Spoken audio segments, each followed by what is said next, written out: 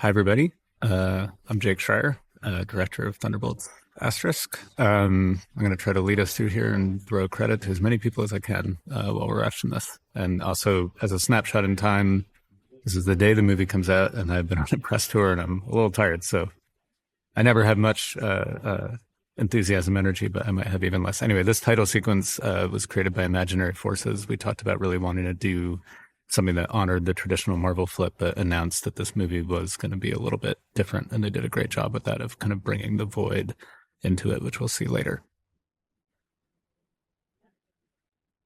And here we find Florence, without whom none of this movie would work. What an incredible actress. Obviously, this got talked a lot about. This was something when Lee Sung-jin came in and did multiple drafts of the script, we talked about wanting to build our own version of a kind of Bond or Mission Impossible opening.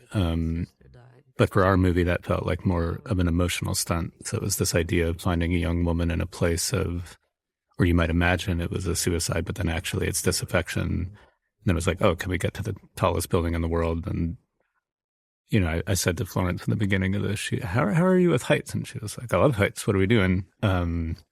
And she just took this on because Disney Health and Safety said no at least 3 times. And the whole shoot, this is the last sequence we did in the film, this roof. She just would not let it go. And just the amount of planning that went into getting up on that roof and her embracing actually stepping off on that descender rig. I mean, I've never really seen anything like it. We're up there every time there's lightning, you have to come off of the roof for half an hour. I also want to mention Katie, the best base jumper in the world, who did the wide shot of that. That's Florence doing her own stunt right there. Man, there's too many things to say with the movies to go. This shot, again, it was this idea of like, is there a kind of different way we can approach an opening action sequence? You know, our own sort of, I mean, we can't approach the old boy hallway fight, but this is our own version. This is Sarah, Florence, wonderful stunt double doing this. And this idea of like, could we use it as a way to thematically put shadows into the movie early again? If we're going to be a bit of a different sort of action movie or an emotional kind of action movie, is there a way to establish that up front and let you know that? An old leaf. So Jana Callow, who another one of our wonderful writers, this is her work here, talking to the guard who wanted a taped guard that wasn't listening to Florence. Well, whatever, you're useless to me. Yeah, I just love Florence's sort of her ability to play that humor and that disaffection just so kind of quietly. And then, yeah, this was another sunny ad. The idea of doing a kind of whole opening monologue, but really delivered to a guard that you have tied up in a guinea pig. I think initially perhaps it was a chicken in one of the early drafts, and then, yeah, landed on guinea pig. But it helps you show, again, even in her sort of disaffection and loss, that like she is a caring person. There are things, and especially this adorable animal that she cares about. If you look closely at that maze that the guinea pig is in, Grace Yoon, our wonderful production designer, you actually find Yelena's void rooms in there. It's a little Easter egg if you look closely. Valentina send you? This research is property of Ox Group. You're going to tell me how I don't understand. This is Eric Lang, an incredible actor who I've worked with on numerous TV shows, who was nice enough to come down to Atlanta and work with us on this. You know, it's a part, probably, you know, he's bigger than this part, but at the same time, I just felt like it's the first person that you see Florence interacting with in the movie. So to have someone of his abilities, and, you know, he was nice enough to come down and do a day for us when he was on another show, it just was a huge lift for the film.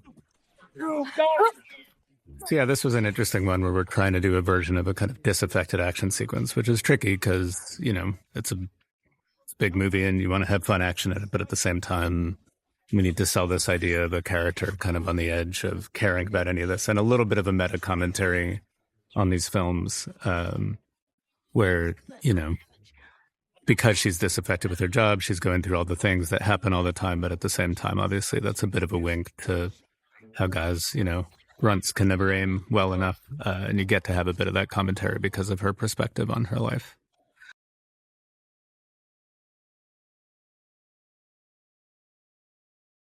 So this was actually shot on the exact same day that we did the step off the building. We did a company move, and then In a Wonder blew up the whole floor of this building. Adam is a wonderful special effects guy in Malaysia. And And again, the thing I should say about that and the opening shot is it's the kind of thing you could only do if you have an actress like Florence, where you know that she's going to be totally in character. And when you only get one take at it and it is all in one shot, you have every bit of confidence that she's going to pull it off. And you always do with her. And here we have the wonderful Sebastian Stan, uncomfortable as he is as a congressman. We had to figure out like what is a new path to take Bucky on. It was something I talked to Sebastian a lot about. And he had a lot of input in, and this idea that, obviously in so many of these films, a lot of his arc has been resolved in terms of where he overlaps with what our main characters are going through. So is there a new arc and a new sort of want and need or frustration that we can take him on? And this idea that he's trying to figure out how to help in a more kind of conventional way. And obviously through the film is going to become frustrated with that. The great Wendell Pierce, who spent every day thanking for coming and doing this. I've just been such a fan of his for so long. And then we meet Julia and Geraldine.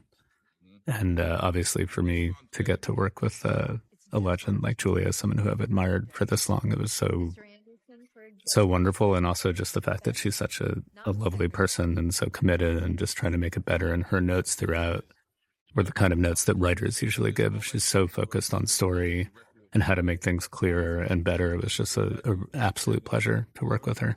Of Ox Group? Yes, although I have fully divested in Ox since taking off. This scene has been in the movie in every iteration of drafts from Eric Pearson's initial script. It's just taken on many forms, and the story kind of shifts over time, but it always felt like a nice way to kind of establish the conflict of this movie, which is always going to seem at first like potentially smaller than you're used to in a big superhero film, where it is a little more ground down in a political context.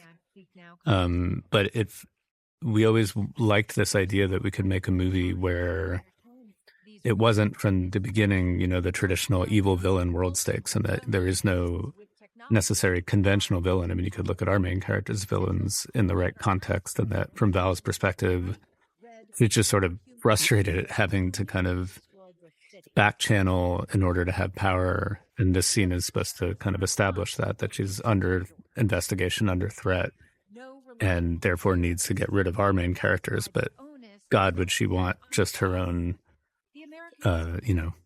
golden guardian of good that she could stand behind and just be in control of everything? It would make things a lot easier for her.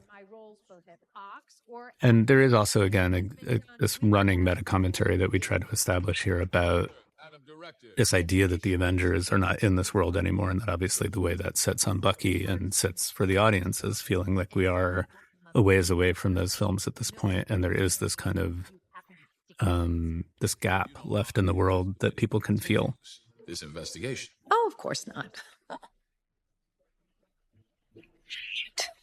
We got to get all of this out of here. This is all a real set. None of that is extension. It's a very large building in Atlanta, convention center that we shot at. And that was something we really tried with Gracie and our production designer to always find places that either that we build all of or that we find a location that we can dress and really try, even if it means we did this on stage, maybe we could make it an even bigger warehouse, but then it would all be in post. And just that feeling that starts to come in when everything behind their heads is real and has real texture, felt like we would get an overall lift for that in the movie. And I thought Grace did such a nice job, if you actually went to that place, of what it looked like, to make it feel big and like it could belong to Ox.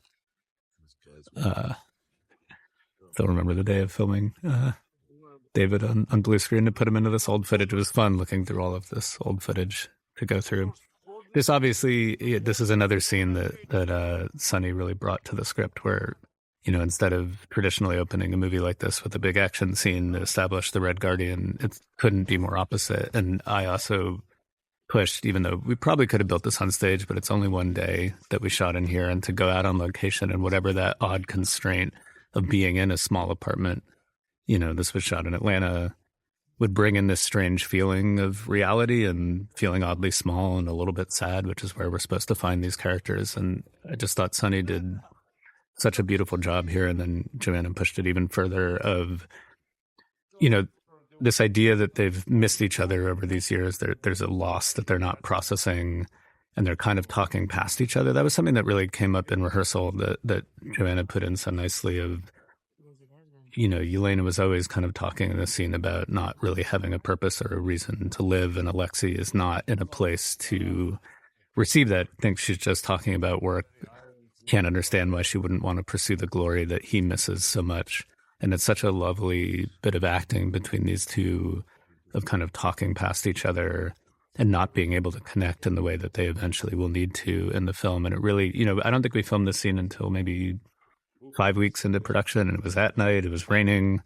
We had to do it in one night, which is it's not so hard, but it is more like a TV pace where it's a 4.5-page scene that goes a lot of different places. And I just remember what a lift it gave us, even though it is in such a small place and feels kind of almost dingy. But to see, really the theme of what our movie is about established here with these two great actors who are really bringing it in place so well off each other. Sometimes on these action, I think like the biggest learning curve for me making a movie like this was that the proportion of the shoot is not equal to the proportion of what you watch. I love directing action, but you spend so long on the action sequences that you come to a scene like this and it only makes up one day of your, 72-day shoot.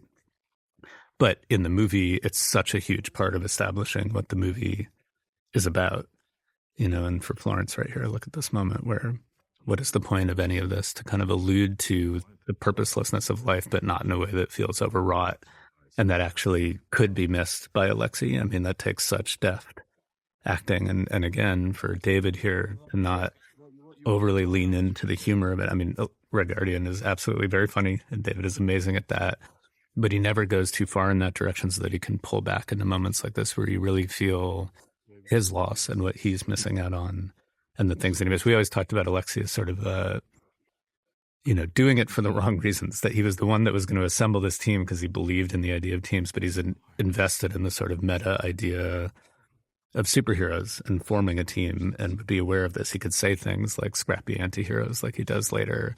But of course, what he really needs to learn is that you're supposed to be doing it for the sake of it, not for the glory, as he later says. This is a small personal note. These soccer uniforms are based on my soccer team growing up, which is what I pitched as the basis for Thunderbolts. We were called the Colossal Cleats. I named the team. We lost every game. I was the goalie. All of that is true. And Sonia Hayes did an incredible job of recreating those reversible mesh jerseys from my childhood. It was strange to see. Reporting for duty. What's my next assignment? Thank you, Ms. Beleva. I was starting to worry. After this, This is an interesting phone call in that we always weren't sure if it was going to be okay that our two kind of, our antagonist and our protagonist never really meet in person in the movie. There used to be versions where they did, and then it felt like by getting them together, it was almost going to cause too many problems where if Val was able to search her out, she would know that she wasn't really in a right place to do what she needed to do. And also that Elena would be too smart to know what Val was going to do to her. So the phone call made sense as a separation and also a way to just propel us into the action with that cut and use this more as a kind of montage voiceover to establish the rules of the world. A lot of this is CG, but this is a real helicopter shot that Jake Morrison, our visual effects supervisor, did out in Utah. And then this whole plaza, this is real. That entire facade, this whole Plaza of the Rocks, Grace built all of this out in Atlanta. And then, anything beyond that is extension. But all of this shot is entirely in camera, except I think at the very, very edges, there might be some trees painted out. You'll have full access. Probably my favorite shot in the film coming up right here. This was one I really just wanted for the trailer. I wasn't even sure we'd use it, but we actually ended up, it's funny, these little pieces of her going down to the vault, these got shot over the course of the entire shoot because we didn't have time to do it as its own scene and the sets were getting built in different pieces. But I really wanted, I didn't think we would end up using all of them, but there was something nice about, even though it's small on a smaller scale, of getting to see each piece of where eventually our characters were going to have to get themselves out of. And if you don't show every piece of that, then you feel disconnected from it. But you now just subconsciously have seen every single one of the places that we're later going to revisit when they're stuck down there as a team.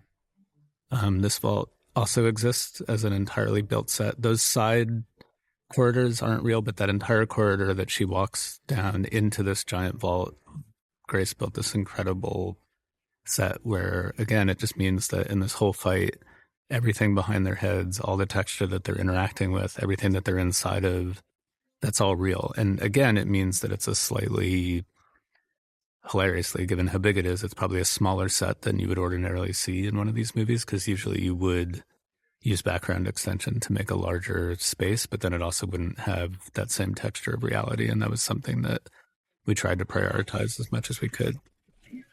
Okay, so here begins the fight. This was one of, Eric Pearson's, this was in the very first draft of the script that I read, this idea of a fight where everyone is sent to kill each other. And I thought that was such a great flip on what you expect maybe this movie to be, where it's just a team of anti-heroes sent to do bad jobs for the government. But it became, of course, a very, very complicated sequence to design with Heidi Moneymaker, our wonderful stunt coordinator, trying to establish the idea that each of them is going after a different one was something that took a lot of stunt viz, they call it. And in the end, Andrew Palermo, my DP, and I went in and sort of shot our own iPhone version of this fight so that each of the shots were what we were going to shoot on the day. And had that all edited, and we would re-edit it and add pieces and make it clearer and clearer. And then on this movie, this wonderful thing about it was that we had Harry Yoon and Angela Catanzaro, our editors, on set with us cutting as we went. So as soon as we would shoot the shot, we'd go throw it into the edit, and we'd basically be cutting on top of the sequence that we had edited before as stunt reference. And then we could see, oh, that works, but actually we need one more piece here. I mean, even lines like this of "there you are," which seems a little silly for a character to say, to remind the audience that that's Yelena's target. All of the little pieces of it, I think it was our first 2 weeks of shooting, and it felt a little bit like being underwater. It's a tough sequence to start out. And just because, again, these line pulls and the stunt stuff takes so long that it felt like, okay, when are we going to get to the more emotional stuff? But it also, as we put it together, it was a great kind of reference for how this movie was going to work and to establish the tone. And also felt a little bit in this weird way like we as a movie were doing what the characters were doing, which was we were starting in this very contained vault, and eventually we're going to work our way out of it eventually to Utah towards the end of the shoot, and then Malaysia at the very end. So this is where we started the whole thing.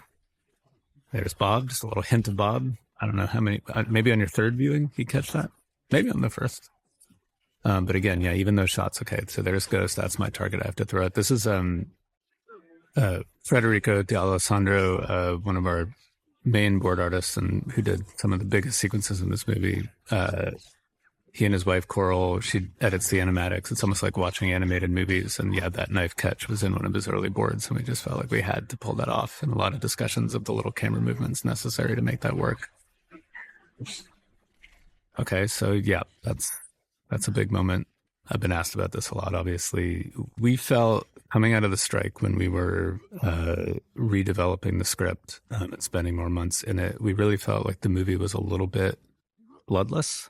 And in order to establish this amount of tension that we wanted for it, it felt like, as sad as it was to not get to work with Olga more, that there was a value in doing an unexpected thing and having one of our characters kill another one, because that's what they were all sent there to do. And to really establish that as a possibility in this world, we thought it was worth it and that it could hang over the rest of the movie. And also, as far as where to do it, that if we did it later, the emotion of that, while powerful, would step on the Yelena and Bob relationship, which is crucial to the movie. And speaking of Bob, I just talked over his introduction, but obviously he will become more and more important as we go in here.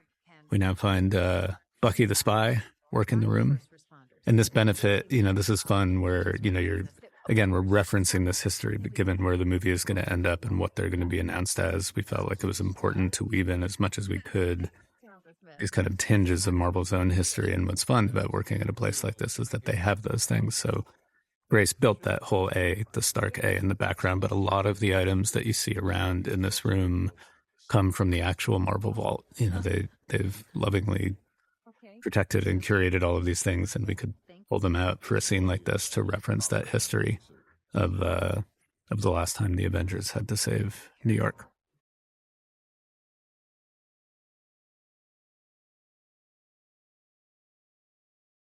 I love Wendell so much in this scene. There was more to this scene that is all very funny and that we would have liked to keep in, but we really felt like as we went through the edits and screenings that we needed to get out of that vault. Obviously we love a lot of the things that happen down there, but spending too long in this section of the movie and being too contained within this benefit.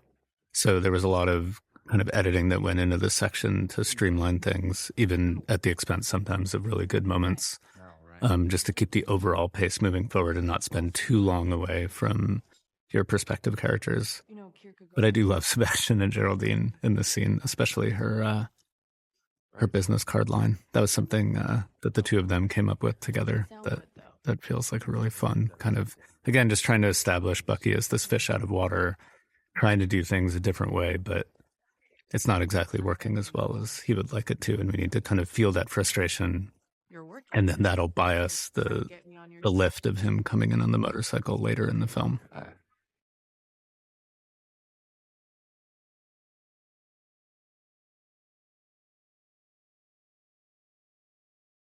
And Geraldine kind of as this perspective character for, as she says later, I was in high school when the Avengers came, establishing her as this kind of, this moral perspective on the film of someone just trying to work in a job and not trying to do anything evil, but having a boss that is, perhaps beyond complicated. And to navigate those ideas, I think, is an interesting way in, especially for younger people watching the film. Okay, here's Lewis doing his Bob thing. We know that happens in another major franchise from a few years ago. When I first met with Lewis about doing this part, he asked, does he have to be named Bob? Because I have done that. And I was like, well, pretty important to what we've done. So it was very nice of him to get past that and embrace the role in other ways. And boy, are we lucky that he did. This was one of the great joys, just when we first started rehearsals, it's just with this core four that we spend so long with in the vault, just how quickly the chemistry seemed to be there, and I think Hannah does such amazing work here as the glue for this group and keeping the rhythm and the pacing up and tying them together. And then Wyatt, is someone who I worked with on a show called Lodge 49, and we've been friends for a long time. And so I knew that there was this other side of Wyatt that was deeply affable and charismatic.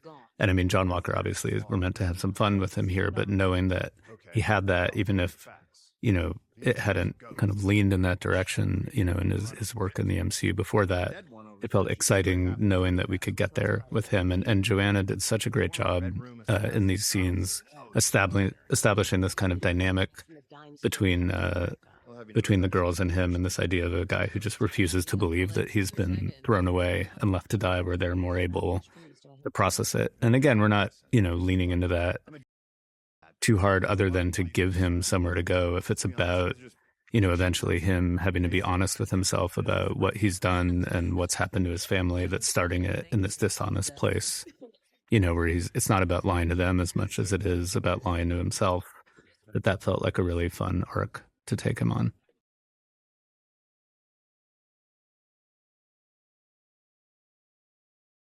And Lewis is so good here. I mean, we have such little narrative real estate. You have to come to care about this guy very quickly before we go to the other sides of the character. And, he and I did a lot of work in rehearsal and in prep and kind of going through the script really every weekend. And we would go line by line and talk about this idea of Bob and the Sentry and the Void, and which, even in this early phase, like which side of the character each of those lines leans into. And kind of mapping that out so that later when we get there, it would feel like it had been established. Again, all of this whole structure Eric Pearson had set up so well, it really remains from that original draft of them all being locked in there, and where it goes with the fireball, that they'd be trapped in a vault, sent to kill each other, and trapped, needing to work together to get out. And everything that we talked about in that early phase was about, people thrown together who could not trust each other, but were going to need to in order to get out of this.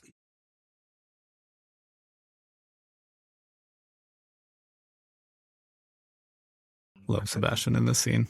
He's so excited about his spy work. And Wendell just this idea of having characters that can be in this world where it doesn't feel like we're breaking the fourth wall or stepping so far outside of it, but the character themselves can comment on this idea of how Bucky has approached things in the past and how that's not the world that he's living in now. And when you have Wendell Pierce doing it, then it really lands.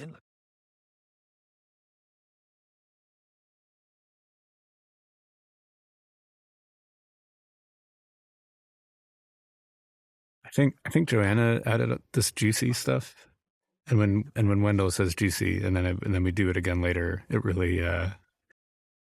I think there are a couple takes where he said juicy twice just to really lean into it, but I think we landed on a good solid one. Felt like the right place. And again, this idea of an assistant who wants to prove herself to her boss, but at the same time is uncertain about the path that they're going down, and Julia just having no patience for that. And this, okay, sure, it's pretty dismissive, but it feels like, again, this is honest to who these characters are at the beginning of our film, where it is just a job and this is what they do. And, Florence found it very important, even though her character didn't know Antonia directly so well, but was aware of her story, wanting to have some sense of protectiveness over that idea, but still honoring that she's a character who is in a dark place and doing these things.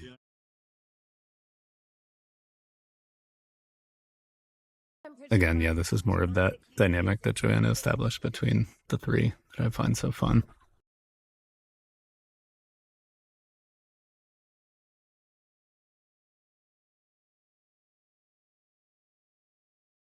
I remember this line, look, in these movies, you're going to have to do some exposition.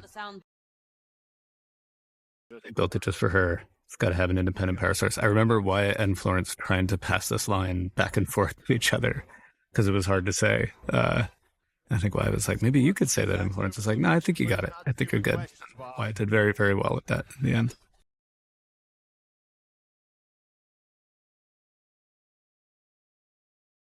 Again, just trying to see the sort of origins of Bob here, that they don't pay quite enough attention to because they're distracted with other things. But yeah, this was sort of the last thing we filmed in this vault area, getting them out in that search during the countdown. And this was such an important moment in the shoot because as they go to the door here, they're waiting for the countdown. I remember I went up to Florence and of course we hadn't shot it yet. And I said, just in this moment, while you're waiting to see if the door will open or not, just think about being on that building from the beginning of the film and how you feel, if there's anything that you would do, and connecting with that sense of kind of loss or hopelessness. And she thought that was so interesting. And she did, we did the next take and it was beautiful. She did this thing she does here of closing her eyes, taking a deep breath, and perhaps there's a form of acceptance. And then, of course, the door opens and she's out. But then that became this mimetic idea for the rest of the movie. So she does that 4 times, the deep breath and open her eyes at the beginning. Then when she steps into the void, and then at the very end of the film. But that wasn't written in as exactly what would happen. It was a thing that she did in this moment based on that idea that we then took and translated to the rest of the film. I think this is one of Grace's most beautiful sets. When we talked about doing the surrealism of the void, we really wanted to try to find a way to, in sort of a Gondry or a Spike Jonze style, to do it in camera. So you can see here that if you actually pay any attention, that those are just walls in the background from the beginning, but because you're so focused on the characters, you don't, those lights in the background of the red room in the distance, that's just painted onto the wall, and those are lights behind the scrim, like built into the wall. But you're so in the moment that you don't quite process at first that this is in fact a sort of shame room, as we talk about. And yeah, Grace, all of these are real trees painted black. There's black sort of soot underneath the snow, and the way Andrew lit it, everyone just looks so beautiful in the scene. And I feel like it's the first time our movie really gets to tell you there's going to be more to this, than what you expected. This is a different sort of story, and there's something going on underneath the surface there and connecting these two characters, Bob and Elena. There's also, we'll see this echoed, this idea of, you okay? Yeah, I'm fine. But of course, the way he says it, he does not seem fine. And we'll revisit that idea at the very end of the film. Hey, didn't think you'd come back. Thanks. Ah, gee, someone got the power to the elevator. This is a shot I got in DC.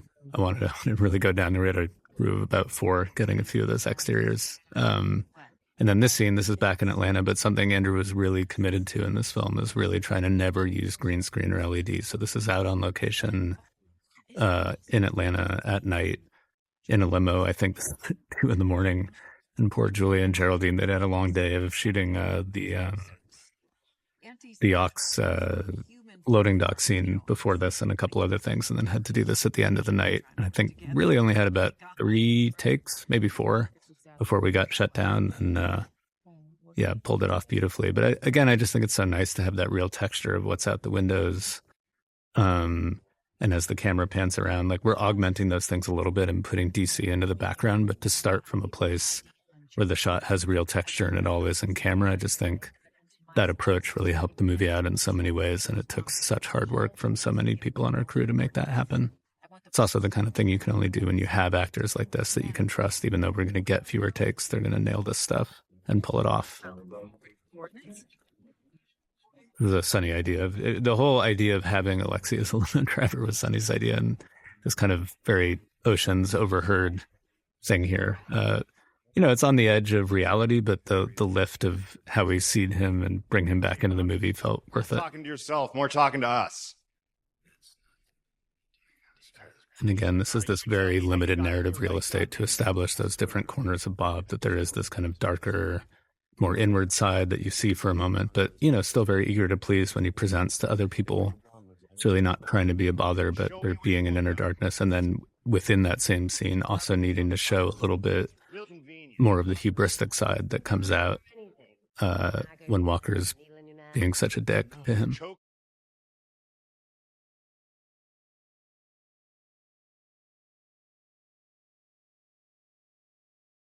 It's so good on Wyatt's part. It's hard sometimes because sometimes actors won't want to play assholes, as Bob calls them here. But I think Wyatt and I have that trust and knew where the character was going and was really willing to embrace this stuff, knowing that there would be a redemptive arc for Walker in the film. And he plays it with such subtlety here, where it's not just a cartoon asshole. And here, just a little glimmer, just a glint in the eyes, we see, okay, there's something a little bit more going on with Bob, and there is a bit of that hubris where he's not afraid of this, and he's not just docile and depressed.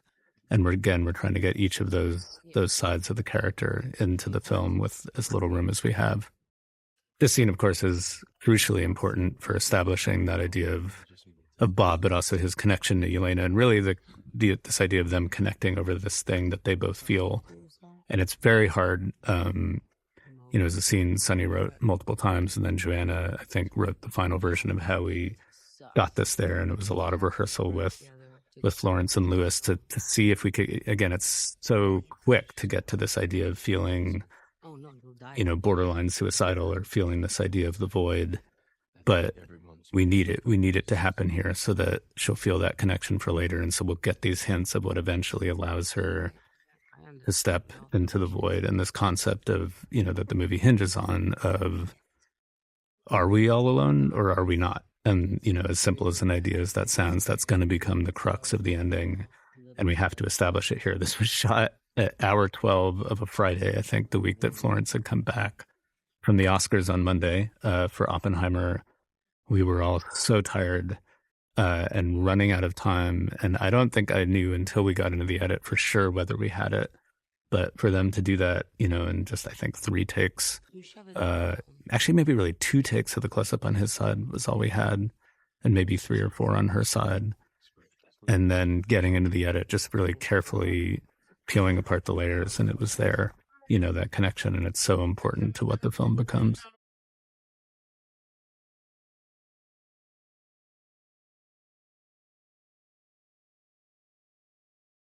Yeah, so there it is, that thesis of the movie. That's how she views things. That's what she's sort of come to accept or believes, and that's something that he accepts as well, and why he's willing to trust her is he finds someone that connects over that. So they're kind of connecting over the idea of an absence of connection, but eventually they're going to have to confront that. Okay, so the arm, this little piece of this, I think we got an additional of showing why he had to put the arm in the dishwasher. But yeah, the arm in the dishwasher was an Eric Pearson beat from very, very early on in the script, from a totally different structure, but just such a funny thing to think about for Bucky. And I think for our movie felt right that, we're trying to honor, and live up to a lot of these great Marvel movies, but definitely taking a slightly more irreverent approach. And it felt like such a funny beat to get in there.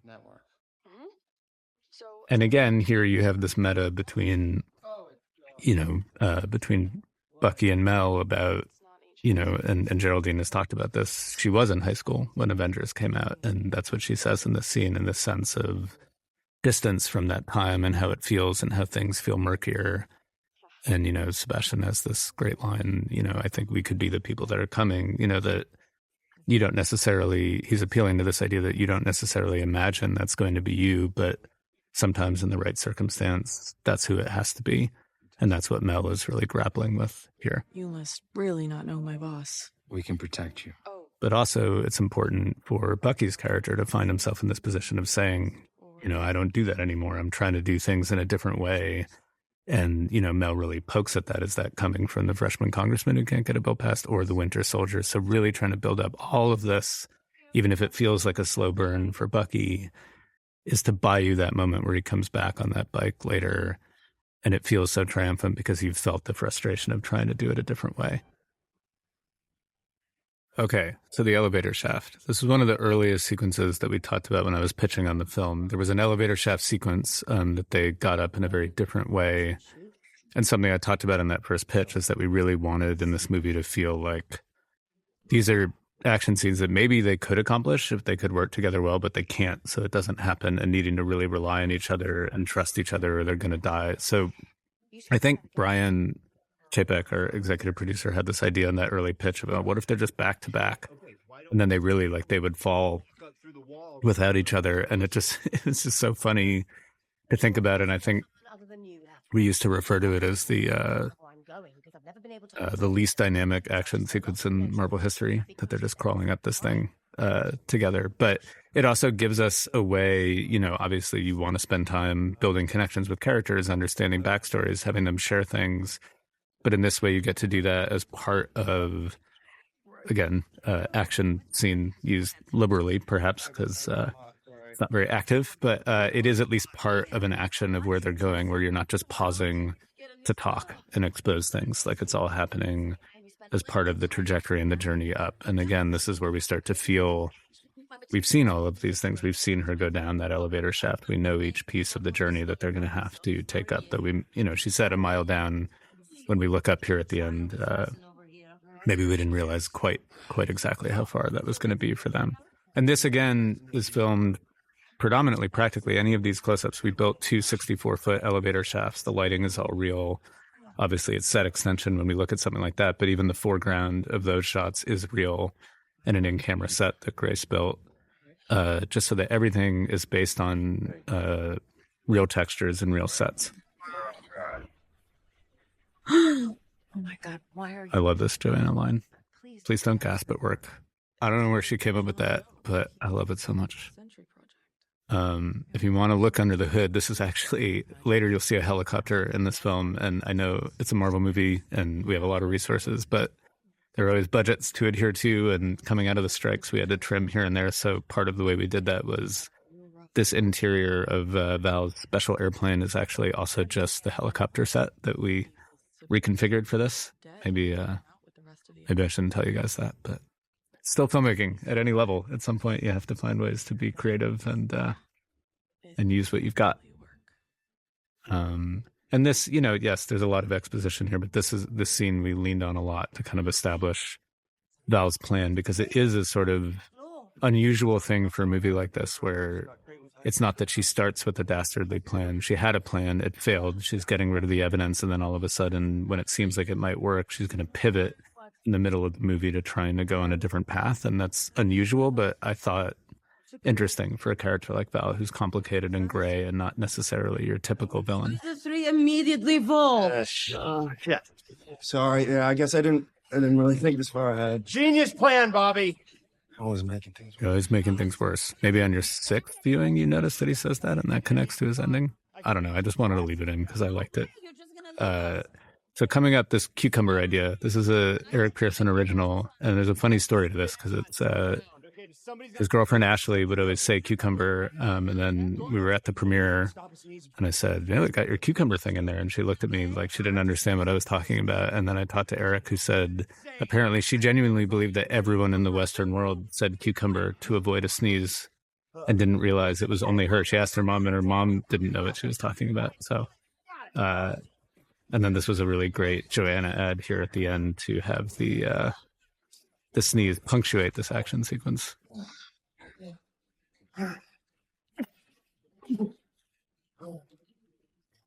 You selfish prick. So again, finding ourselves in these sets that we, even if it seems small, just seeing Yelena walk through this in the beginning, and now we're back here again, really trying to understand the space and understand this world that we're grounded in. And then again, that this idea of because Bob just came near death and is angry at Walker, that puts him into this void space where it's not just any time you touch Bob, you go into a void, but it's when he's at his darkest and you connect to that. And this is another one where we probably could have built the set. We filmed this on location. If you want a very small Easter egg, that little silver mug on the shelves over there is a mug from Lodge 49 for the 11 to 15 Lodge fans that are watching this, for me and Wyatt.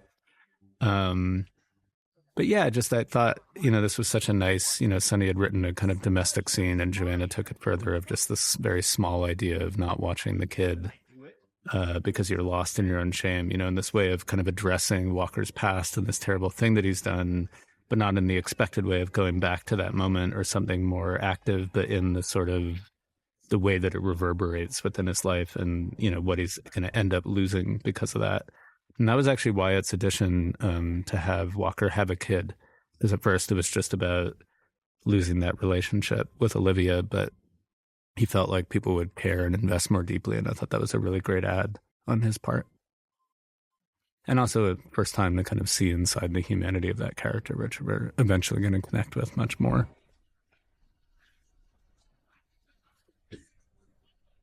So now we've finally connected all of those spaces back to the front.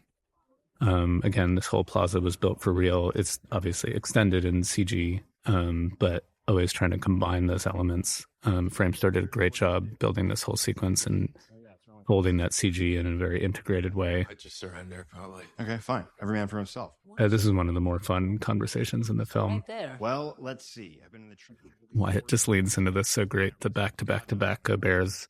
But of course, this is our way of getting the Thunderbolts name into this movie. And again, that soccer team of mine that never won a game. But it does establish this nice idea of, Yelena trying to push this past away, but eventually Alexei will allude to that and show how even within that context, that was a way in which she cared for others. And this, of course, is us trying to plant that sign-twirling meth chicken, if we can get that into the movie so that you remember it later. But again, just this idea of a team that is the last team you would want to try to break out of anything with. Exceptionally ragtag. If you wait. Terrible plan. Ava, you find This is very small here, but what about me? We're really trying to establish this idea again of Bob as this, duality between hubris and despair. But this is the sweet version of it. He wants to help, but it's not just that he wants to help because he's a sweet guy. It's Bob wants to matter. He wants to mean something. He wants to be something, and that's going to feed, even if it's very subtle when you see it there, that's going to feed later into this idea of the Sentry.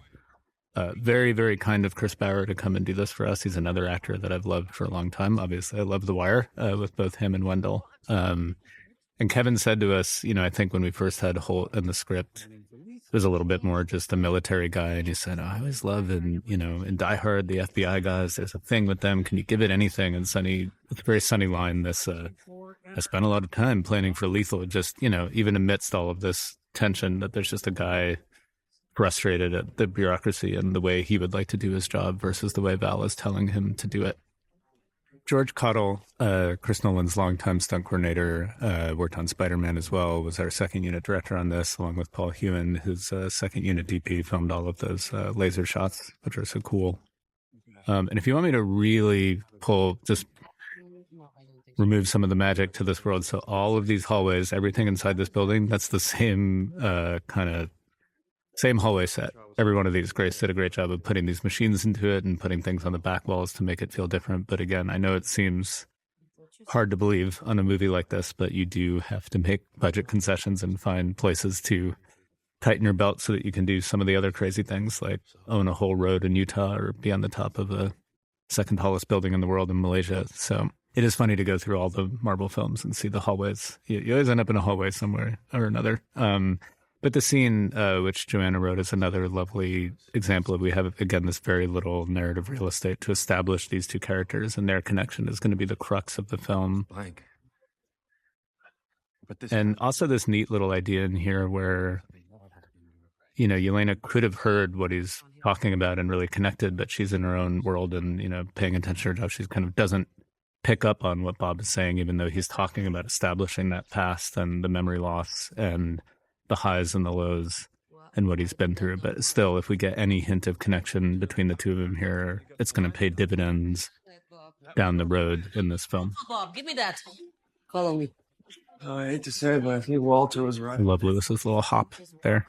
And then the way he bounces out of frame. Small things. You're the lights, Yelena. Again, same hallway. Same sets. And very hard. Andrew did such a beautiful job here. It's a tough situation to give a DP when the lights are off, but you have to see things and how you approach lighting that. Andrew had such a great rapport with Chuck and Rafi Sanchez, our key grip and our gaffer on this film. And Andrew and Rafi really building that together and did a great job in a very difficult circumstance. Where is he? He's gone. If I'm allowed to say this on a commentary track, I would say, I'm proud of a lot of the work in this film. I'm so proud of everyone else who made it. This is not a sequence that I am the proudest of. Sometimes, you're focusing on things, and I think it ends up working. I like the concept of it, this idea of a sequence in which the action is that Yelena has to protect Bob while also taking out a set of guards, but we just didn't end up with quite the amount of time to focus on it that I was hoping to. And I think in the end, once the effects are in and you add all the smoke, it works out, and the concept it sells, which is much more important as to whether it's breathtaking or not. But I think we're really getting into it. This is a place where I feel like if I had to do it again, I think maybe we could have done it a little better, but just letting in a director brain there. But I think what's nice is that through Outpost and with some of the additions that Base VFX added to it, as well as when you have that smoke in there and the effects on top, it sells also with a lot of ADR and lines to carry you through it. And then when you get to this, it's funny because it's just such a small scene in a dingy hallway, but that kind of brother-sister yelling at each other, feeling how frayed this team, if it even is that, is what you're really trying to get towards. She was supposed to. Maybe we'll all get out of here alive. Another shot that George got for us, great overhead. And again, this is, a moment that maybe isn't really narratively important, and we did consider cutting, but I just thought that since they don't confront Val until so late in the movie, that it was important to see these characters who thought that they were destined for better things have one moment, like a brush past the person who did this to them, and unable to really, in this context, do anything about it, but just to sit in that moment and feel it. And you never know with these things. Pace is important, but I just felt like that was a beat that we wanted to keep in the edit that I tried to keep in until the end. Get in. This was a tough 4 nights shooting this. I think it was raining half the time, which maybe sometimes you can see in the background, but yeah, Andrew and Jason Temez, our wonderful line producer, Jeff Okabayashi, our AD, really pulled me through on this sequence because I sort of assumed, well, it's raining, we can't do it. And they're like, we shoot. If we can shoot, we shoot. And over the course of those 4 nights, got all of this predominantly in camera. We're just extending the skies in the background. And we didn't end up adding anything to this sequence. There were never any pickups for it. It all worked in the edit. And again, that's credit to Harry being there on set for this sequence, and Angela just cutting this stuff in as we went, making sure that it worked, checking in about what else we needed so that by the time we got through those 4 nights, we had every piece of this sequence. No. It's a very funny Joanna ad. Again, Walker's sort of self-confidence and sometimes lack of skills in the areas that he thinks he's great at. But again, having planted this earlier about Bob's desire to help, we're going to see that come into play here, where he really wants to be of use. He wants to be important. And there's a good side to that, which he's doing a very selfless thing here. But also we'll see later in the film, there's a desire to matter that, in the wrong context, if appealed to, can lead to dangerous things. And again, at night, middle of the night, raining, but, when you're on Florence, even if it's 2 takes in a truck that's making too much noise and smells like gas, the emotion on her face, it sells so much. When I first talked to Julie about the film, she said, I want to punch someone. I want to beat someone up in the movie. So we got that in there for her. I knew there was someplace we could put it. Come on, let's go. And again, it seems a little cold, but that is why he did it. And in their circumstances, if he's dead, as they assume he is, it's time to go.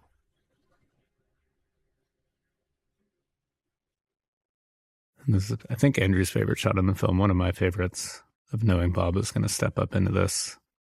And really that moment where we've teased it, that this guy that you think is the least valuable member of the team might actually be the most powerful, and exactly what Val needs for her plan. And his sort of anger at being discarded, like seeing these other sides of him come out amidst this action sequence, seeing that he can fly. It's kind of in our world, an origin story for the Sentry. So it's always teasing these little bits of powers and flying up into the sky. This is another, I'll just say to let you in, and I think Framestore did a beautiful job on the sequence, but in general, I would not advise putting yourself in a position where you have no motivated lighting whatsoever except the moon and a full night sky. You see, even when you have just those lights that you can see down below, those shots work better, but it's very tough when you're putting yourself in a position like this. Jake Morrison calls it AB, where it's just your character against, we didn't do blue screen, we did gray screen for this, but just against a background that's being replaced. And it's something that I think we did a great job of avoiding so much in this movie. Like that whole wall behind them there, that entire building 40 foot high, that's real. And their heads being against that allows you to do sky extension, and it looks right, or having that motivated lighting on the ground. That shot is actually real out in Utah of the truck.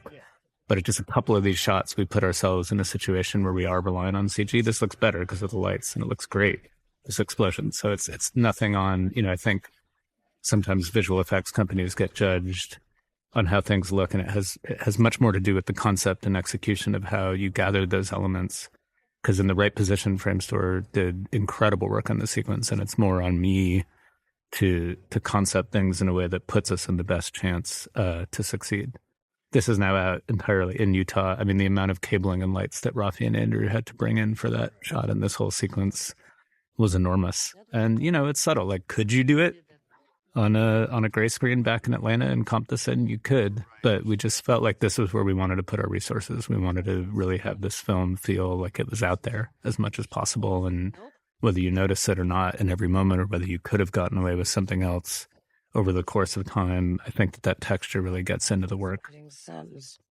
Golden Guardian. This was something, obviously we love that initial run of Paul Jenkins and Jay Lee of the Sentry, and Kevin was always pushing us to see if there was a way to get some of those meta ideas that are in that comic into the movie. It's hard to do. We can't do the strange erasing everyone's memory thing or put Sentry throughout history. I mean, that'd be an amazing story, but for obvious reasons, different things have owned that corner of the MCU. But even that, a lot of that stuff came from our own concept art for designing the Sentry, and the idea that they would be looking at those as marketing materials that Val would have for the Sentry became our way of getting into that kind of sense of a meta in the Sentry creation. The scene is also just very important for tying their fates together, and again, paying off, as they talk about it here, what happened to Antonia, and the idea that that could be any of them, and that likely where they're headed if they don't find a bond or a way out of this life. And then I think Wyatt does such beautiful work here of covering, the story that he's been telling them and telling himself, but you can see underneath for a moment, he sort of forgets himself and admits to how he really feels. And we'll see that paid off later. Just keep working at it every day. But yeah, Sonny always felt we need some kind of campfire scene. We need a pause here at the end of all that action just to bind these characters together and start building those ties. And then this, I think Joanna wrote the Dr. Phil thing, and then this whole run here, this is just Wyatt and his true understanding of Dr. Phil and whether he's on air or not anymore. I love just letting this trail off. That's just for me, but it does get laughs in the theater. Well, it isn't great. 7 local. This was a tough shot to get. This is actually on this mountain in Utah, and so hard to get the techno crane out there, and for Grace and her team to build at least a version of that crater that's a real helicopter. I mean, that what you see is CG laid over an actual helicopter and an actual box that it's tethered to in the ground, and we did a real airlift to get this in here. And again, you don't have to, but we're trying to really kind of put a stake in the ground that, we were making this Marvel movie differently and really out there. And God, the vistas are just so beautiful. I mean, Grace really fought to get us out to Utah because of the rock textures and the tonality, the sort of cyan and the shadows and the more beige textures as opposed to the reds in New Mexico, which, again, seems like a a funny thing to be able to consider, but if you have the resources, putting it towards that and really being out in this incredible vista at magic hour with a real helicopter. This airlift is entirely in camera, except for, they don't make Ox designed helicopters, so we're laying over that, but the entire rest of the shot is real. And this too, just another great vista, and having them actually in this environment, this texture. And you really feel like, we've been, hemmed in so much of the movie and in this, intentionally contained space, that it's nice for the movie to feel like it's opening up here. All right, well, can we get it? You're in the military. 5 or 10 clicks. And then this very funny, again, part of the limo, the sunny edition of Elena's dad showing up in exactly how you would feel if you were, just with your friends leaving soccer and your dad showed up in his ridiculous car, and how embarrassed you'd be. But to do that in the middle of an action movie is a very funny thing to tie together. And of course, David just leans into it so hard and, never shies away from that and brings every bit of it. But I love also that you're doing that kind of comedy, but with these beautiful vistas, and you really feel the texture of just actually being out there and shooting that wide shot and having all of these mesas in the distance.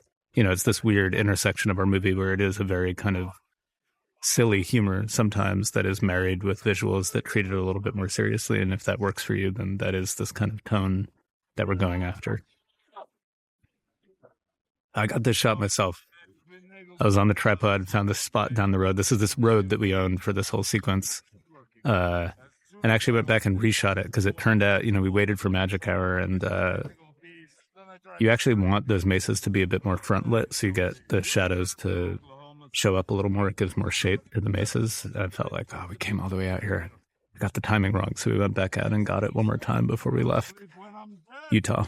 I have a picture of me in just a silly little set of baby stick tripod legs and a little crew out there getting the shot, which was fun. And this whole sequence, this was something Andrew really pushed for, was, again, this is out on the road in 100-degree heat. The AC in this car is breaking down. We had, I think, 3 red limos or 2. I can't remember now. They all broke. Everything broke. But they're in there. And, a lot of the sound we didn't replace. I love the sound of kind of the rig on the shading rig on top of the car and the way it rattled and the noises in this car. And it meant, it means the actors get fewer takes. But when you have actors like this, like David, we had a long run of road and we would stop, give notes, and then keep going down the road. But once you turned around, it took so long to turn this thing around and to put on the new camera mounts that you really had to get it in that run. They had 4 takes each for each of these setups. But Andrew was just committed to this idea that it'll just look better if it's out there. It's hard to do LED or green screen for a car this big and have it feel real. And again, just the texture for the actors and the way they're talking and speaking over that environment. Just trying to put our resources into really going out there and doing it. Great improv by David here. A girl who pooped. And this whole, the Shane and Dimitri was a Sunny addition, and the Shane, he didn't have that kind of money. That's a great Sunny ad. What about this, Bob, you mentioned? What's the plan? But there is also this moment that I sort of skipped over in there that's very important, where you have such little real estate where Alexi says the light inside, whatever it is, or whatever they are, the light inside you is brighter. So we have to establish in her performance, and it's so subtle on Florence's part, that she gives Walker a little bit of credence. And again, there's nothing to be so happy about at this point in the movie, but just that there's a little bit of lightness in the performance for him to pick up on, so that you can establish that and go into that kind of extreme close-up where you can see that, where she's trying to process that he sees that in her, even if she doesn't want to admit it about herself. Those are the kind of things we talked about in building this scene, as well as all of the comedy. Do you understand? You don't understand. I love that read from David. It's so childish. That's going to use the power of this century Yes. project to take over and kill us all. Yes. And then here our action sequence begins, our very strange. So we were out there for, I think, 2 weeks in Utah. This sequence I think we shot in 7 days, I want to say. We didn't really have a second unit, but George was out there with the Splinter unit down the road with a camera car. And at some point after we got kind of the actors parts of it, it was just both of us just shooting action shots, and he would text me what he was getting on an iPhone, and we'd make notes and just building this piece by piece. And again, we had this boarded out. Vinny DeLay, one of our great storyboard artists, we worked on this a lot before we went out there, and it was in the edit. And Harry was in there's no tent out there, but we're in a kind of camera van that we had the editing rig built into, and just each shot, just cutting it in over the course of 7 shooting days, just building this piece by piece along with the boards and, seeing that it worked, figuring out what we needed to add it. But it's fun watching back and knowing that you were there for each of these pieces. It was all of us just making this happen. That the pony thing is a John Watts joke suggestion. He was nice enough to lend us that one. I think the song Pony, I think, was my pick. It was going to be that or Exile, Kiss You All Over. Even that shot we shot the bottle is CG, but, tracking in its trajectory, we threw a real bottle out of there that obviously didn't stay up as long as that. But really, the bullet hits and some of these things in the sequence are added, but almost every single thing you see in frame is practical. The dust, being along these Humvees, Jake Morrison, again, it was that precept of everything in camera. And if nothing else, it's incredible reference so that the CG has direct reference of what that thing is supposed to look like out there. But there's very few shots with any real major CG in this. Sometimes it's the firing or the gun turrets. Those will get added, but there's a reference, we're shooting with a real one on location. Florence right out of the window, no rigging. And that explosion is real, that flip. And it was tough getting those flips. We didn't have any backup Humvees. Again, that was part of being a little bit more frugal. So I think that, if I'm not wrong, was Shane Haverstad's Humvee, and he had to get it off into that dirt and make sure those tires caught so that you'd get a proper flip. And I think this one is Noon Orsatti, incredible stuntman, longtime stuntman. That one flipped a little bit easier. Not that it's easy to be in that thing, and then here comes Bucky. And again, that's real dust blowing across the road. Everything out there, you're just in this incredible playground where it's really hard. It's really hot. But, I think what was nice about it is the hard goes on screen. Everything that was difficult about it is also what makes it breathtaking, and shooting it in full IMAX. Joe, what maybe the best motorcycle stunt rider in the world doing all of these. That wide shot looks like it's CG. It's not. That's just how fast he was going on that bike. And yeah, I think this ending piece was a George suggestion about using the winch and shooting that off. And this, I think, maybe right here, the flip. That's not sky replacement. It really looked like this when this Humvee flipped, and it was the last thing we shot out on that road and got it with the drone. All of this stuff in camera. And just to be out there getting stuff like that and, being on the edge of whether you can get it or not, it's just such a great feeling. Hey, oh, sure.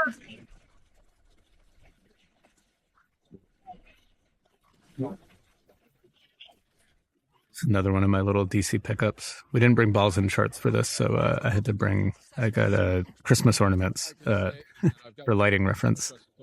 And then this did come in additional with Wendell, and we just felt like we needed to sort of keep the stakes and the pressure up on Val in the movie, and it's another chance for Wendell to say GC, so that's always worth it. And this is, again, when you talk about A/B with effects, sure, they're against gray. They're not up on this roof, but they're outside, which is something Jake Morrison always insisted on. And we have that real helicopter behind their heads for enough of it. So at least you have the foreground and the midground, if not the background, that gets added. And even just that little element helps it sit in much better. Or choices like this, where, as opposed to building a set, that's an actual abandoned floor in Atlanta with a real city outside that isn't New York, but the value of it being real, and then adding some things out the windows as opposed to creating it all with a set and green screen out the windows is worth it for that sense of texture. I would love for this to be my bedroom.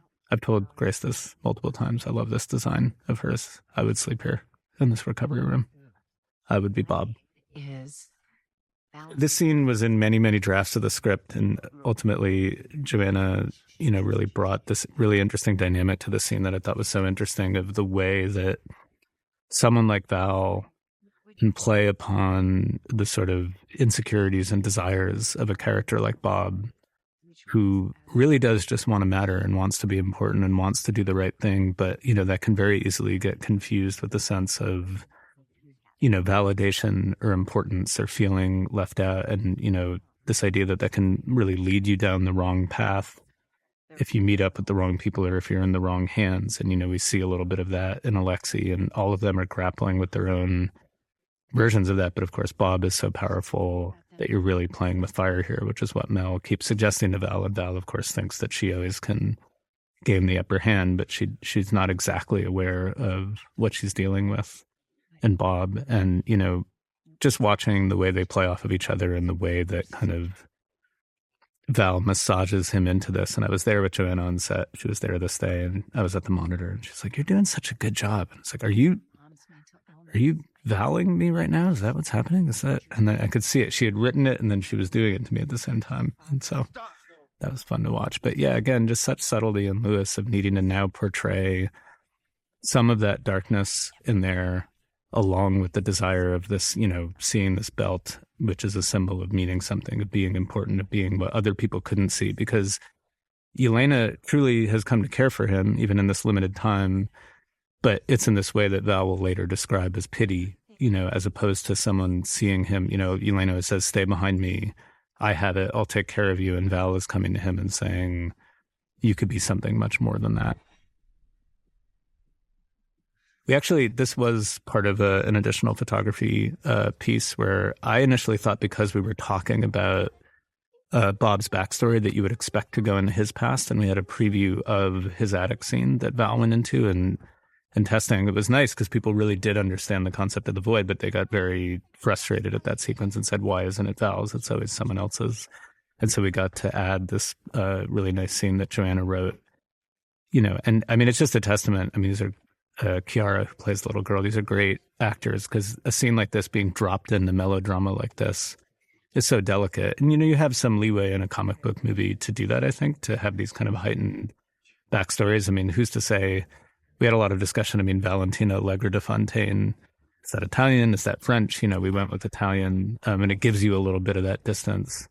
And, you know, tries to show you a window into how Val has become what she's become, which is this idea that, you know, if it's a story about isolation and, you know, the damage that can cause, you know, if Val is just sort of someone like them, but who never found anyone else to lift her out of that place, she has hardened into what she's become. But she's starting from a similar place, that there is a point of connection even between your antagonist and your protagonist that they all share.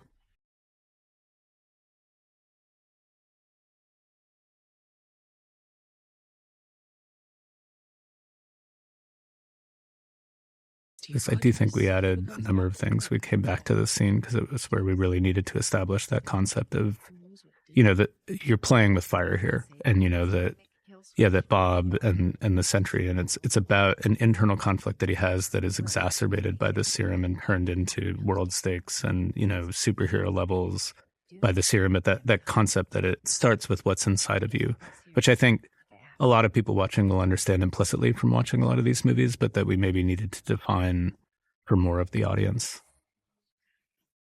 This is a beautiful gas station in Green River, Utah. And this is not a set on the inside, even though you probably could have done it that way, but everything that's outside those windows were really there. And Grace did such a great job of dressing this for this scene. And this scene was a very complicated one. And this is towards the end of our shoot. It was one of the last things we shot with our principals in Utah. And it needs to do such heavy lifting to kind of have all of your characters get together by the end of it when they start on opposite places. And I thought what Joanna did, you know, there are these little deft turns and the way that they're trying to convince Bucky about Bob, you know, that they believe that there's a threat, but they themselves do not see themselves as worthy of going after it and are just trying to escape it. But he doesn't even believe in the thing that they're telling them, and using this kind of humor of the repetition of Bob to establish that is such a neat way to get you, because it has to do so much in such a compressed amount of time to keep the story moving. And it was so impressive how she did that.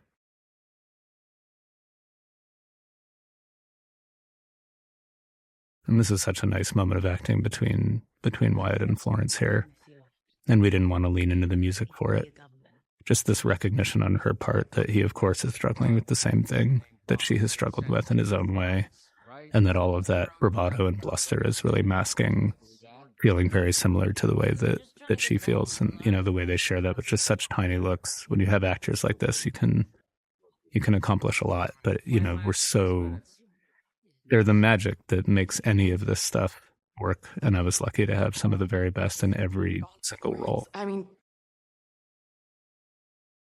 And yeah, that's our movie, to do that and have that really nicely observed character moment, and then the kind of near silliness of this Bob repetition. And again, if it doesn't work for you, I understand. It's an interesting tonal set of things to hold. But yeah, that's our movie.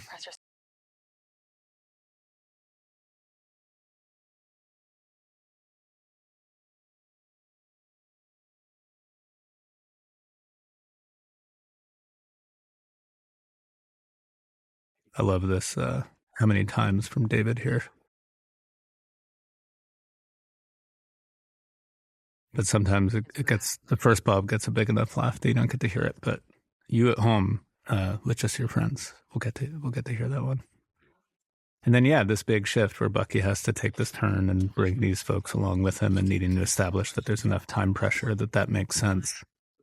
And then Sebastian really worked very hard and essentially wrote this speech himself to make it honest to the way that Bucky speaks, and kind of appealing to this sense of, shared past and emptiness. And this really becomes Bucky's role in our movie, is he has, he's gone through that therapy in Falcon and Winter Soldier. He has processed the things, that they haven't yet, and he knows where it leads if you don't.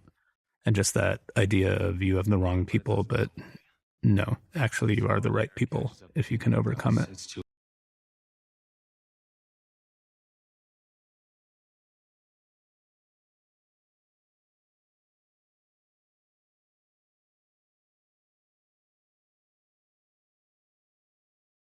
I haven't mentioned Sunlux yet, but this beautiful theme, to their score, the kind of the hint of the Thunderbolts theme and uniting these characters, but just played very gently in the background where we're not leaning into it too much. And you get room for how subtle they're being about it. And then, of course, Alexei is not a subtle man.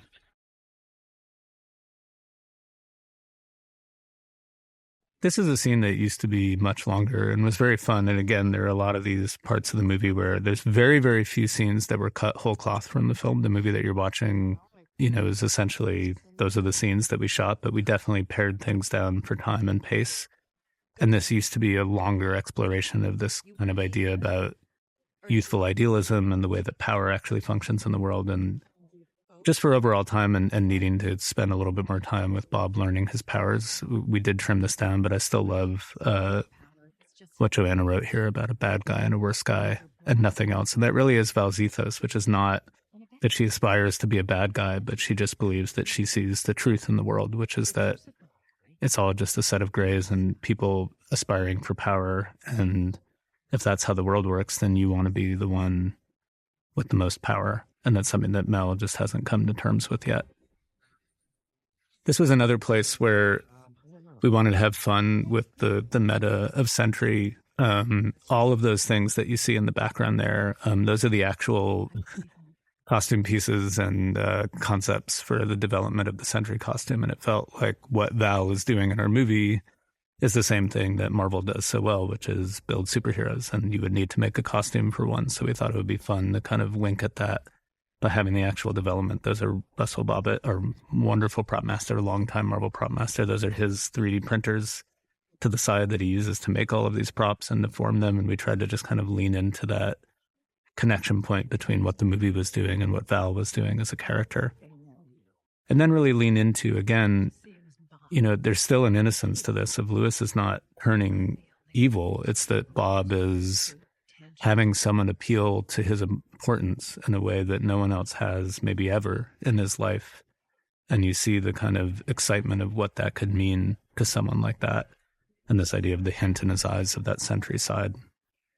I was in this helicopter. I got that shot this morning. This is also a very funny Easter egg of, that's a CC Rentals truck that we painted, but that used when I was in film school.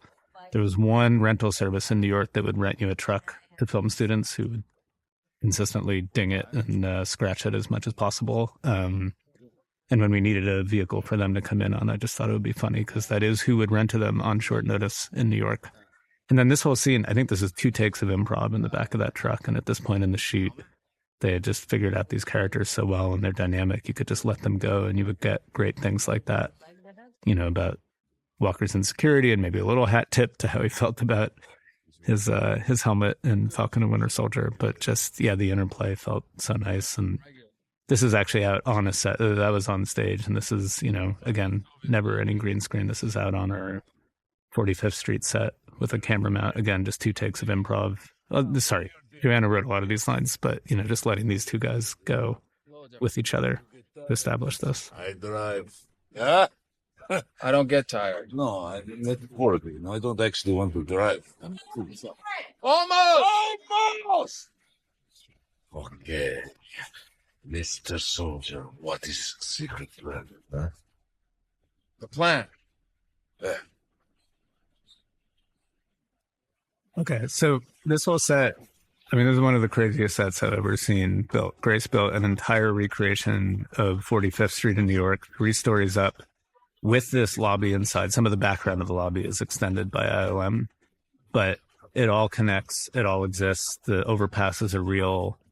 I've really never seen anything like it. And then Chuck built this incredible rig with silks over the top of that street so that you could play it as this consistently cloudy day the whole time. And then ILM did a beautiful job extending that set. But again, when 60 to 70% of what you're looking at is entirely in camera, when you extend things in the background, you're giving everyone a much, much better chance of success. And it was just such a, you're in this weird position where, shooting on location wouldn't make any sense because Avengers Tower doesn't exist in New York. So you'd be adding that. So it makes sense to have the control, especially given all the action that we're going to do there. But then to have this level of detail, Michael Hersey, her longtime art director who we worked with on Beef, supervised this over months of building that thing. And then we just tried to set as much as we could there to make it pay off for how much effort went into it. Crazy is it to think of all the money? It was really fun when we got to this part of the shoot. I think, we had been making this movie that felt very different and almost felt like it wasn't a Marvel movie. And then I remember getting to this scene and this sequence and being in, our remodeled Avengers Tower. And it felt like, okay, no, it is a Marvel movie. This is a villain face-off with a team of heroes, just in our context with a little bit of dryness underneath. But knowing that the movie was going to exist in both of those worlds, that it was going to feel different, but also in the end, hopefully, if it works, aspire to live up to the legacy of, the great movies that the studio has made. And there was a comfort of being in this scene and feeling the familiarity of that. It's tropey for sure, but done in our own style. And that was always the hope, was to kind of get to have the fun of those tropes and what these movies can be, and then also undercut it a little bit and hopefully have all of those things live in harmony together. And it was also just fun to get them together with Julia finally and have that interplay with her. She was so great with the team, and the Santa line, which is Joanna's ad, and the way Alexi plays this, or the way David plays this, just so fun.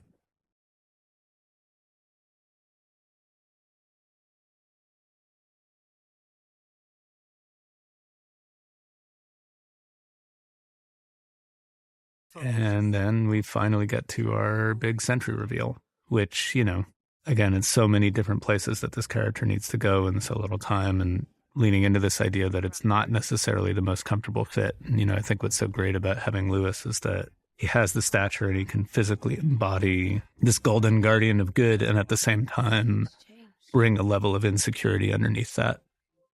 And God, yeah, Florence's face there. Obviously the most important part about this scene is this idea that, if you're with Yelena on this journey and you believe that nothing really matters at the beginning, and then you meet this guy who's going through a similar thing and you form some sense of connection with him, and then you feel like you've lost him, but you're there to rescue him, to see him in this other context.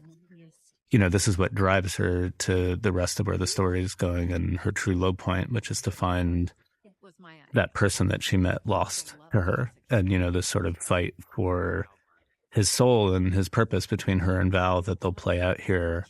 The fact that she loses it is really what drives the rest of the story. Oh, no. No, I'm not going to hurt people. And meanwhile, of course, we get to hear Val's plan, and that she does want to be in charge of everything, with this, the idea that in this world, of the MCU, you can't really have that without one of these heroes at your side, especially in this case, the most powerful one of all. And I love the way Alexi sort of engages in that meta, and thinks the name is cool, and, is impressed at the same time as he wishes. I think all of them at some point wished that they were standing in that position. And now to see this guy who they, not dismissed in Walker's case, perhaps in a pretty negative way, but just not imagining that this is what he could be, but to see him standing opposite in this role has personal resonance for each of them and thinking about what they didn't become. Please don't do this. And again, these lines are very delicate with Lewis, to make clear that he doesn't want to hurt them, that if it feels like a quick turn for the audience, we understand where it's coming from, and he really just does want to be important, but it's not that he bears them any necessary ill will. But again, that close-up is where Yelena really realizes that he's lost. And to see that sinking feeling, it's just so great on her part and just a little close-up. Thunderbolts. And then here we go. We finally get to see him work. But the idea here in this sequence was also that, he hasn't trained very much. So it's not only establishing for the audience, for the Thunderbolts, what his powers are, but also for himself to see, I can stop bullets and become more comfortable as the sequence goes on, and obviously Sentry's power set is limitless. So, if the sequence went on further, if he had more people to fight, we could go even further, but it felt like we could contain it to a level that still fit within our movie, where obviously we're stepping outside of the fully practical thing now. There's more CG in this, but we've been yearning for that. We want to see, this is where it becomes more of a superhero movie. If we've been something different, you want to see what the Sentry can do, but we felt still balanced with, this is shot with a lot of our first unit as a oneer with a motion control rig and a techno dolly. And then there's CG in between, obviously, because he's doing things that humans can't do, but it is real performance amidst all of that and still feels within that context like our movie, but expanding into that more kind of traditional superhero territory. This is also a shot with a lot of design from Rico, our board artist, who I mentioned before, who does such great stuff with action like this.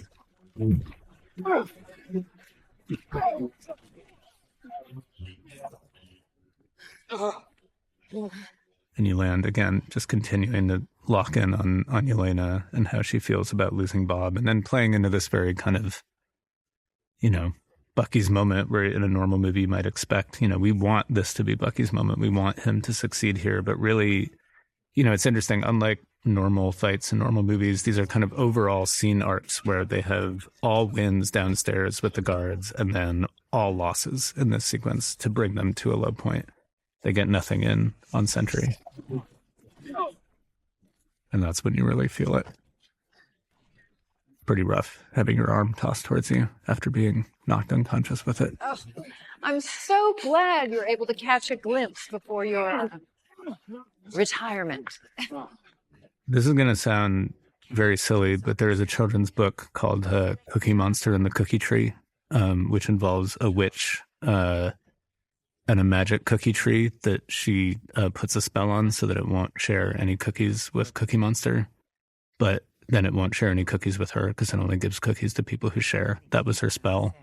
And she's sort of hoisted by her own petard. And I would think about that a lot when thinking about Val in this moment. I think I even gave Julia that book, and she laughed and said, "You're very strange, that?" And she's not wrong. Hannah told me this is an actual moment where she forgot to give Sebastian his arm back and then had to remember it. And we kept that in, which was fun. In this scene, which Joanna wrote, I just thought it's an interesting one where I was worried about having Yelena go this far. I was worried that, the audience would lose touch with her if she was this harsh. It's obviously the point of the scene is to bring your characters to a low point and have your protagonist, because she feels those bonds broken, tear apart the team. But how far she went, I think it's my mistake, was cautious in how far we would let her go. And everyone else really spoke up for her. Joanna spoke up for her, and the actors spoke up for the idea that it was, not only was it okay to go there, but it was important to go to this place. And they really added so much to this scene. See? Slow down. Alexei, I am not your Amnichka. I haven't heard from you or seen you in a year. And here we start to delve more into that thing that'll become the crux of the next scene of how they're processing. Again, you may not know, you may just know it in this movie as Elena's sister, but obviously if you've seen these films, hinting at this sense of loss after Natasha is gone and how they're processing it.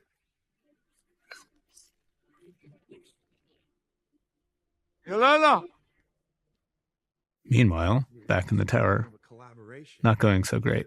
And again, it's a tricky balance, when you have Julie Louis-Dreyfus, you want to lean into this humor, but I felt like we never pushed it too far to come at the expense of the stakes that are starting to emerge. But again, Lewis has such little real estate here to play this more sort of, manic side of the duality of the sense of hubris and the way it's frustrating to feel limited in that. And this is the side that Val didn't get to see before she put him into this position because she's so rushed and trying to get out of her circumstances. But, again, Lewis is doing so much here with so little time to show that it's not just a sort of traditional villain drunk on power, but someone who wanted to matter, but is also uncomfortable with that position. And again, we were always trying to get at this idea based on a friend of mine of the hubristic side actually bringing about the self-destructive side and that sense of despair. And this was something that we really drilled in on in this moment of the scene to show that hubris, but in an unstable sort of way, which I thought he did so beautifully. You were going to turn on me. And this idea of feeling like everyone always abandons him, which is something that's true, or doesn't see him this way, or is willing to cast him aside, which has been true his whole life, which he now sees in her, which brings about this darker side so that when he is killed by Mel, we then transfer into that void side of the Sentry character.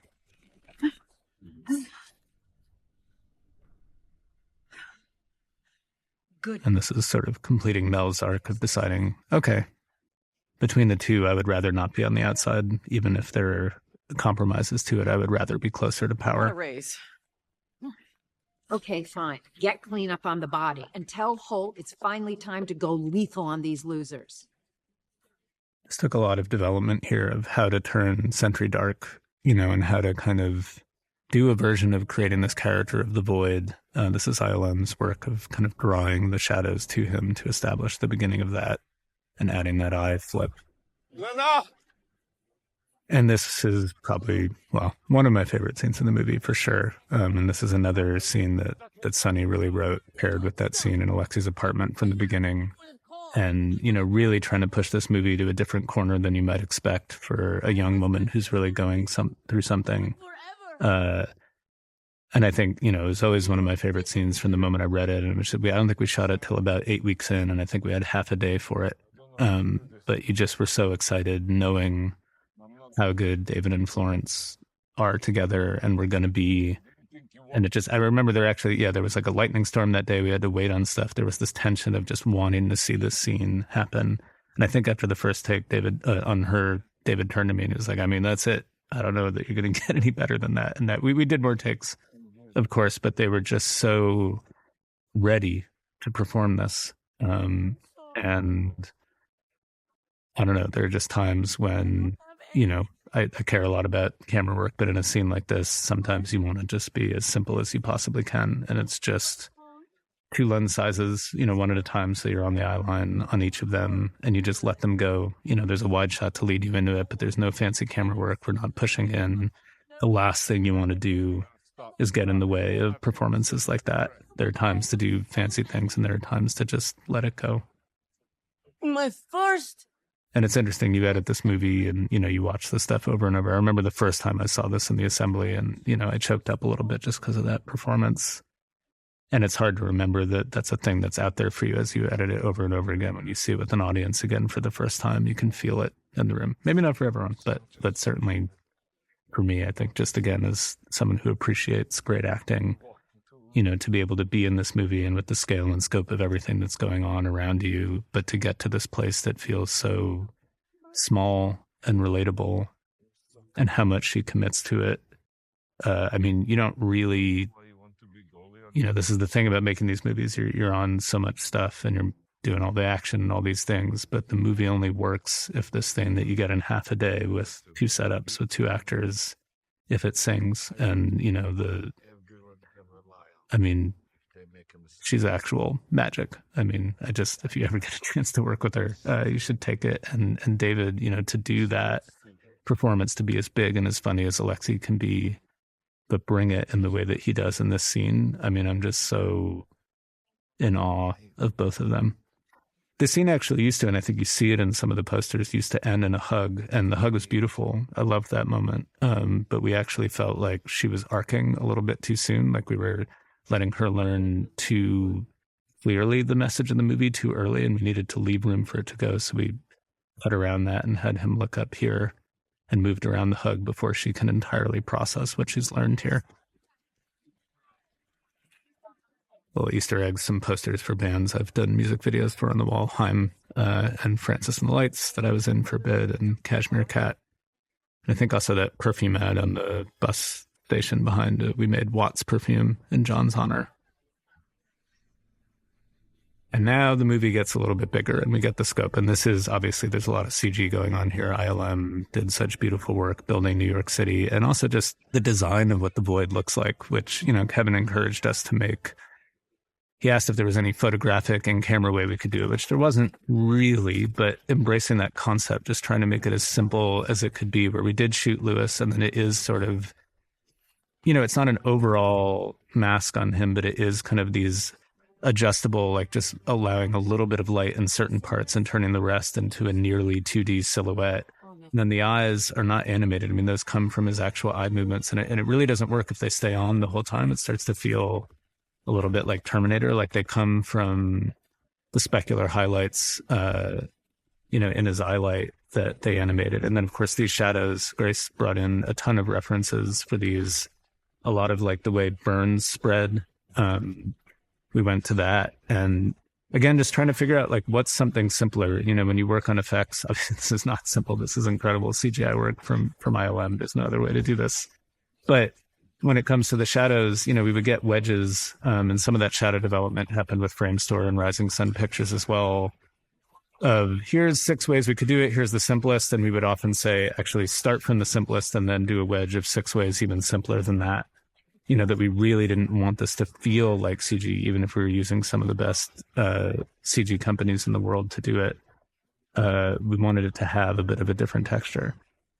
This sequence, what I think is funny about this is Kevin actually asked, do we have to do another crane falling? We do that so much. I mean, he kept pushing me more than I even expected to try to do things differently. And I stood up for that one.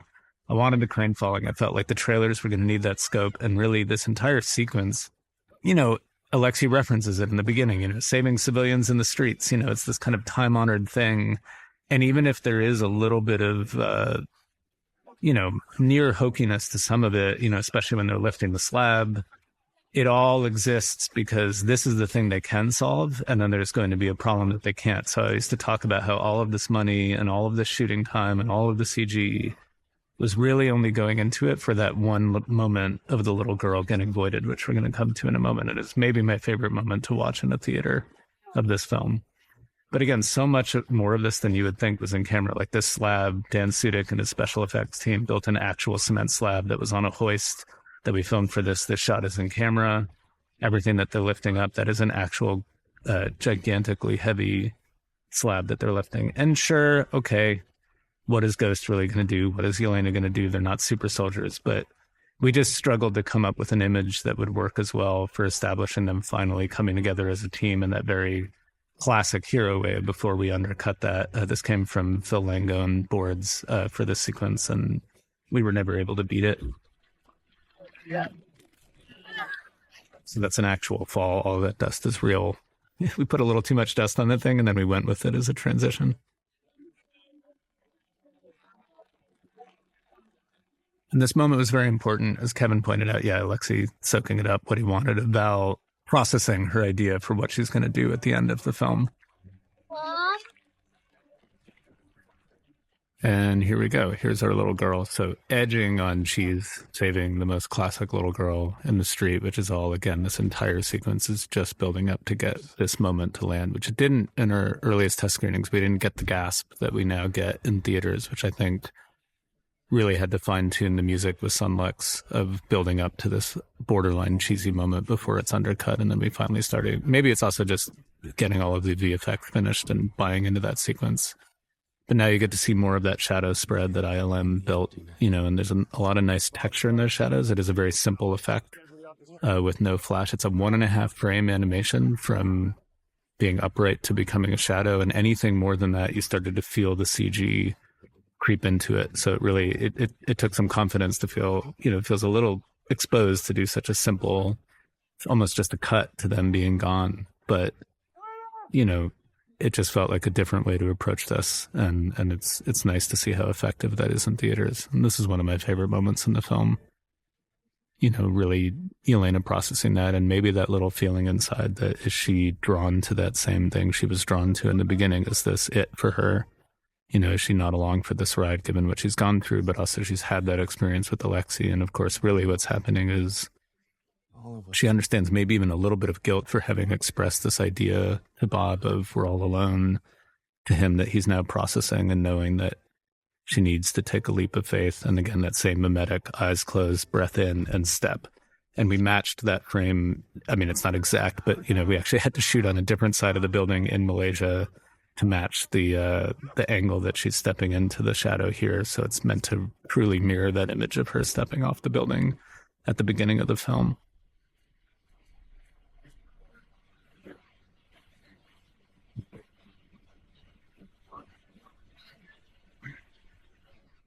And now we're back in one of my favorite sets. And this is where we really come to understand the idea of the void and these loops, because we haven't looped these things before. And I think we kept adding to that. I felt like in the edit, as we were cutting it on set, you were going to need to do 3 of these to really understand the looping nature of this. Something Kevin thought was very important, which is nice, is that she's calling out to Bob. So there's an urgency to this. Like she's in here to find him, but then is also almost unable to look away from her prior shame. And again, that wall's just been there the whole time. And this is a very, again, sometimes you feel exposed and you're like, everyone's just going to notice. But I think most people don't until this moment when she hits it and you see the loop extend, which then draws her back in, attempting to stop this from happening. But of course, the sort of rule of the void, that we learned through the course of making this is that you cannot interfere with it. And then only through some sort of acceptance and distance can you get out of this loop. As she tries to fight it, it makes it even worse. And the void fights back against her. This is the sentient tree that Sunny added, we used to call it. Looked a little silly on set, but Florence really sold that thing. And then a little additions in post made it work. Kids are so good. Alexa's plays Anya, and of course Violet McGraw, who played a young Yelena Belova in Black Widow, was back to play young Yelena here, and they both did just such a great job.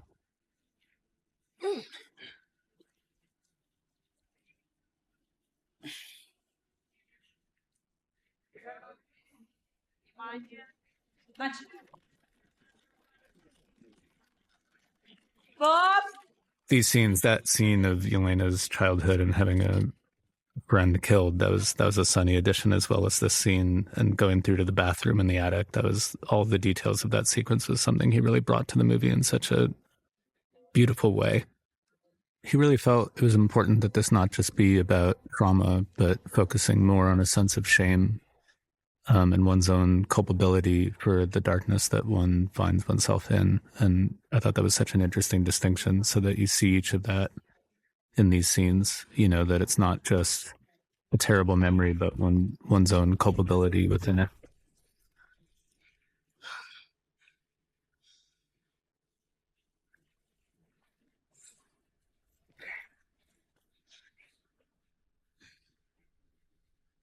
Florence is just so good here, playing both sides of herself, and this is in a very recent dark place. She felt incredible VFX work here. We didn't do motion control for any of this, but just filmed Florence with a double and filmed both sides of it, got it as close as we could, and then used face replacement and compositing to bring those 2 shots together. And then again, it's just an editing transition of the loop. And this is where I think you really start to feel the weight of there being no way out of here if you try to disturb it. This scene was a later ad and a Kevin idea about wanting to find, to track our heroes and their journey into this void after her, and showing it's nice to see some of, despite, the last time we saw them together, Ava's faith in Yelena's decision to go in, and the idea that would be worth following. And of course, Alexei and his sadness is grateful for any idea that he might be able to find her. And here we find where, she just says enough, and it's a simple thing, but it just means she's not going to fight it anymore. And in not fighting it, that brings her closer to Bob. This was actually all built. So that wall with that mirror we built onto the attic set. This is all on camera. There's no compositing in those mirrors. And these sets are built, just for that shot. Obviously here we're in the normal bathroom set. But as we begin this transition,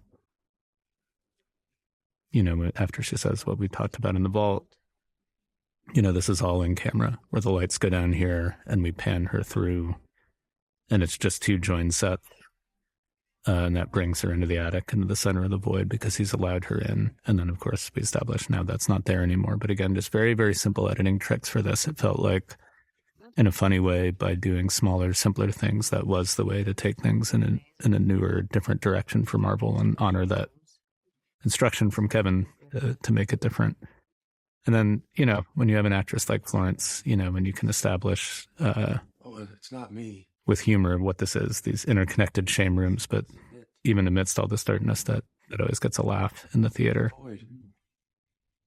Some beautiful sound work here too from Paul Shue. Skywalker did the sound for this movie and did an incredible job. Paul is someone I've known since my first movie, Robot and Frank, where, we tried to design the sound of the void.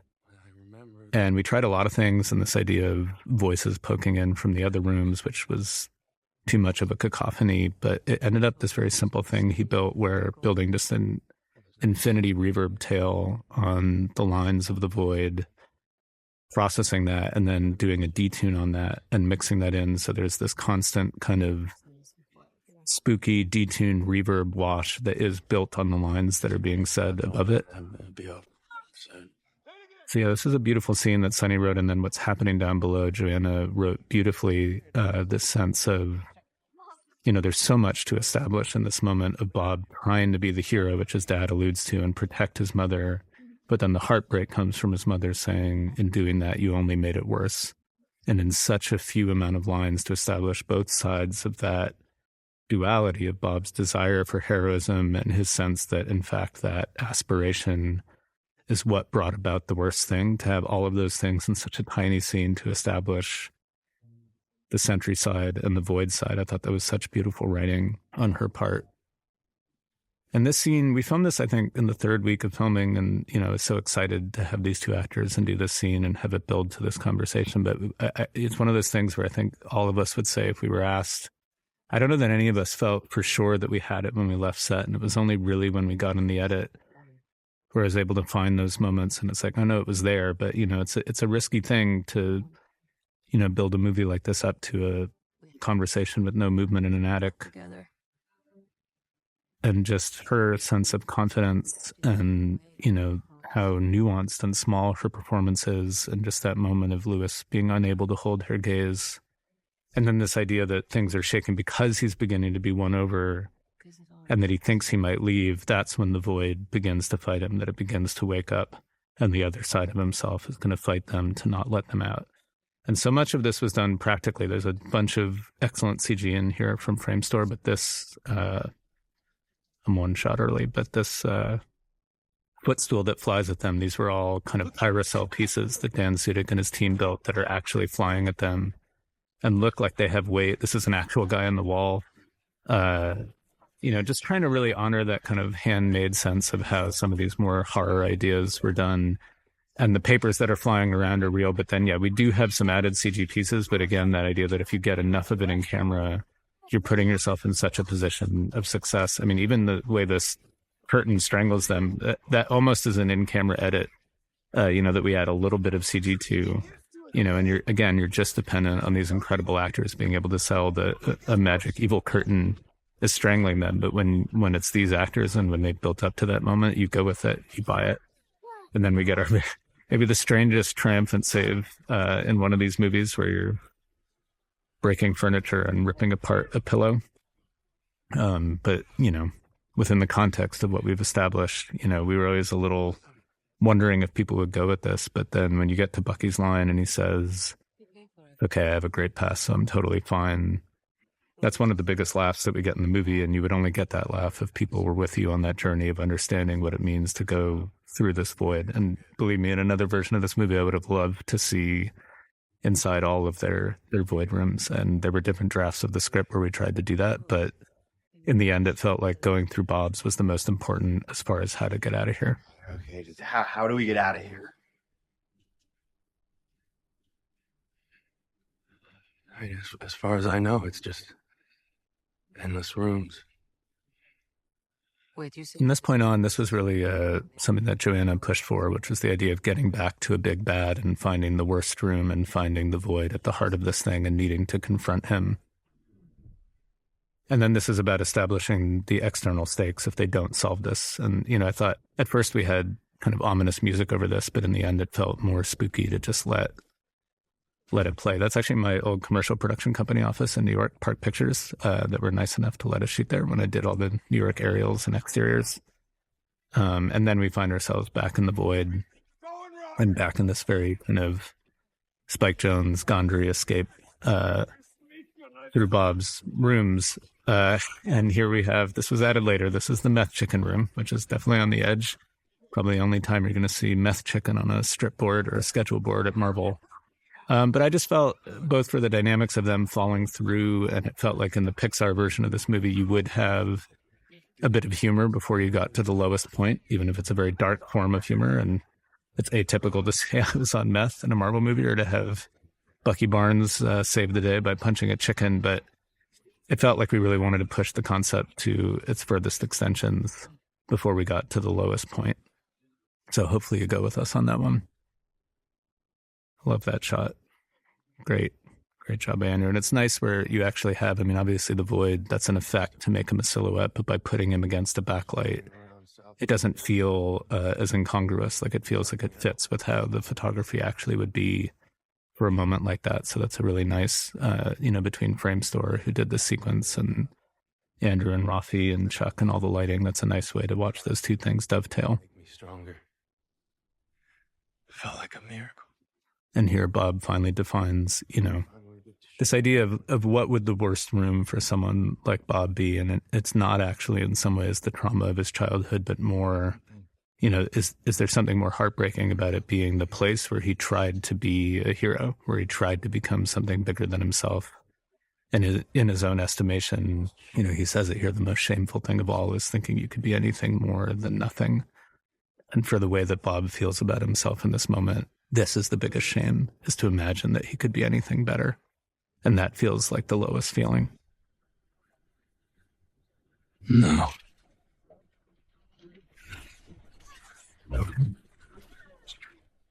It's quite a thing when you ask a bunch of the greatest actors on earth to be locked up against the wall by furniture. It requires a lot of faith on their part and a lot of faith on our part to know that Framestore was going to come through eventually. And even though we had practical versions of these things on set, for sure, obviously they've augmented them to make them look better. And then just to watch Lewis, have to play both of these parts, have to learn both sides of this fight and still appeal to the sense of him trying to protect people and, have his darker side laugh at himself from wanting to do that. Robert, the hero. It's a real glass explosion that we did. And then there's candy glass on their faces. I'm stronger than you. And this idea that you're expecting to want to fight the void and beat him, but that in fact, this is what the void wants. He's goading Bob into doing this. And again, Lewis learning both sides of this fight and having to perform it, switch costumes, do it for each of these shots and do both sides of it before he becomes a silhouette. Because even as a silhouette, even though sometimes this is Alec or Ben, his wonderful stunt doubles, you really want Lewis, even in silhouette form, embodying that character. And so we really did it both ways as much as we possibly could. And then here's the idea of the movie, we will always be alone. And then this was something we added later after principal photography, this idea of the room expanding and physically carrying our protagonists away from him and establishing that sense of isolation. That first shot is actually done in camera, where we just had Lewis on a piece of Lexan attached to a camera car and pulled him back. So even though there's a lot of wonderful CG in the sequence, a lot of it is practical. And in camera, again, always trying to find that balance.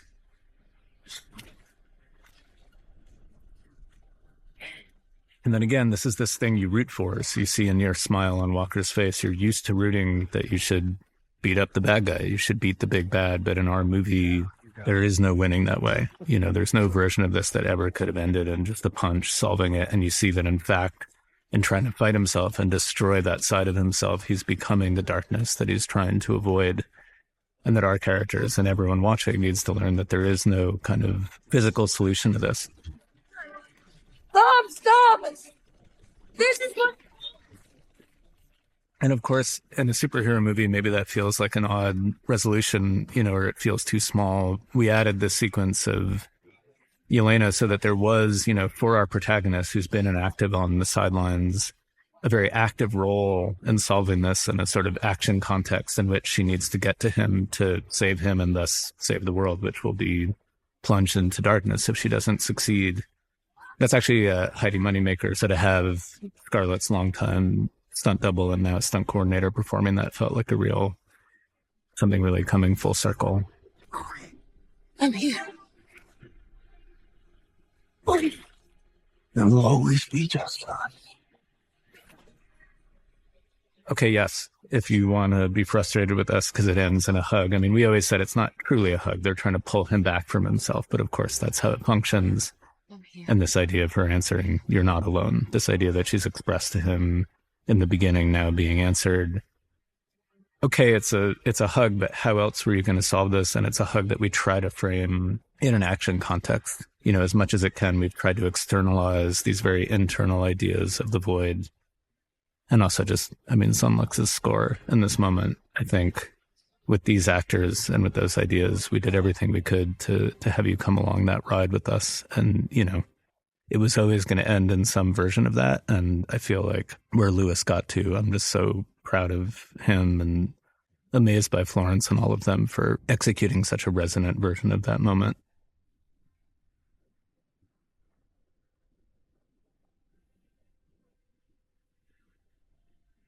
It was very fun being in this helicopter. That's all I'll say. That's a treat. This was something we also talked a lot about the ending and how it would resolve. And there's a reason in the comics why Sentry always loses his memory, because you can't really have someone as powerful like that in the world. And in this case, yes, don't worry, we're not going to kill a little girl. She comes back. That was one of the earliest shadow tests we did. Was rejoining that shadow as a means of getting us out of this without having to do tons of shots of people waking up around New York. But we played around with a lot of different versions of, there were times when Bob did remember, but had learned this lesson that he can't be the Sentry without the void, so he can't be on the team, but then he would have to walk away because they have to go confront Val, and that just felt sad. So the memory loss felt like the best way that we could kind of keep them together, but still be true to the story of Sentry that we were telling, and kind of reserve that payoff for later. But also find this way, we had tried a version where he didn't remember anything at all, and then that felt like you hadn't really, people didn't feel like it had honored the journey that they had gone on enough. So we landed on this version where he remembers who they are, but he doesn't remember the most recent events of what's happened in his episode. Okay, come on. And in this very simple way, it's like, yep, we stick together from now on, and not in a kind of cheesy way, but just you don't want someone like Bob out there. You gotta keep that connection alive. You gotta keep him with you. Oh, I'd like to kill him. And then this was in the very first draft of the script that I read. That everything that we did, whatever changed, it always ended here with Val. Kind of this very classic thing that Kevin and Marvel are so good at about, this kind of flip and reveal that we go into, and knowing that this whole movie was building up to this announcement, it needs to work as a fun twist for the audience, but also on a character level where, it's interesting. If you're doing that, then you're not traditionally beating your bad guy. You're not killing Val. You're not arresting her. But that line of "we own you now" becomes very important. We had to send all the extras away on set this day when she said that, just to make sure no one heard about it first. Love that shot of Lewis clapping, the most powerful one, unaware that he's even on the team. And what I love is that even amidst all of that, and this is fun sort of positioning for where the story will go, there is a character moment that we need to complete here, and we need to push back into that close-up that we start the movie with. And again, it just came from a moment that Florence did instinctively on set that we then built into the rest of the movie, of that same eyes closed, breath in, look up, but now with a smile.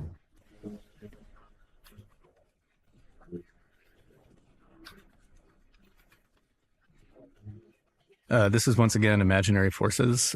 This sequence, we felt like when we showed the movie, we maybe expected at first that people would cheer on this new Avengers thing a little more, and people needed a moment with it. And so we wanted to kind of acknowledge the way the real world works and how snarky everything is at first and how people might not be so certain about this partnership. So this was this fun sequence that Imaginary Forces did such a great job of painting, of kind of starting in that skepticism. I love the New York Post headline. And then bringing you around by the end of it to some sense that, hey, maybe this could work out. Maybe you could buy into this.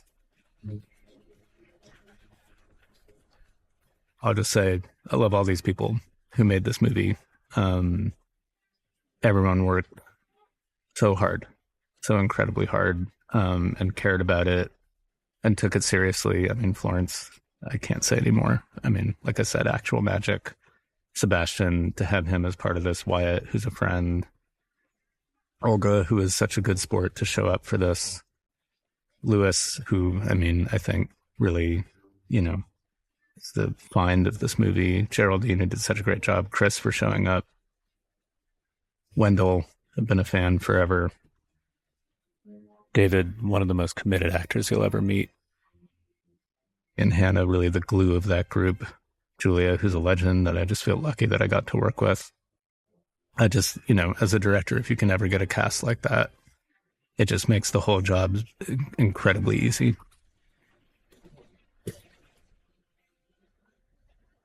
And then, there's our flip.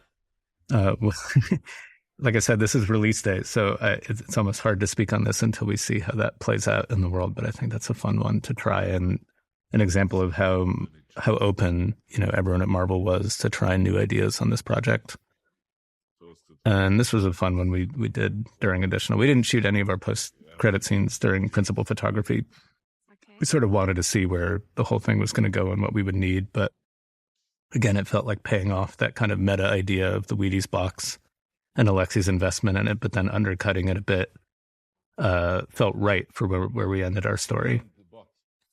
And then because it's Alexi and we start with music in a supermarket, you get into kind of, he's the kind of guy who would love to have a classic post-credit song. And so we get to give that to him and therefore give it to our viewers.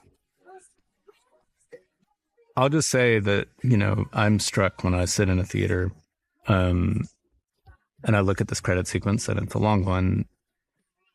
I've sat through credits before. I like to kind of let a movie sink in.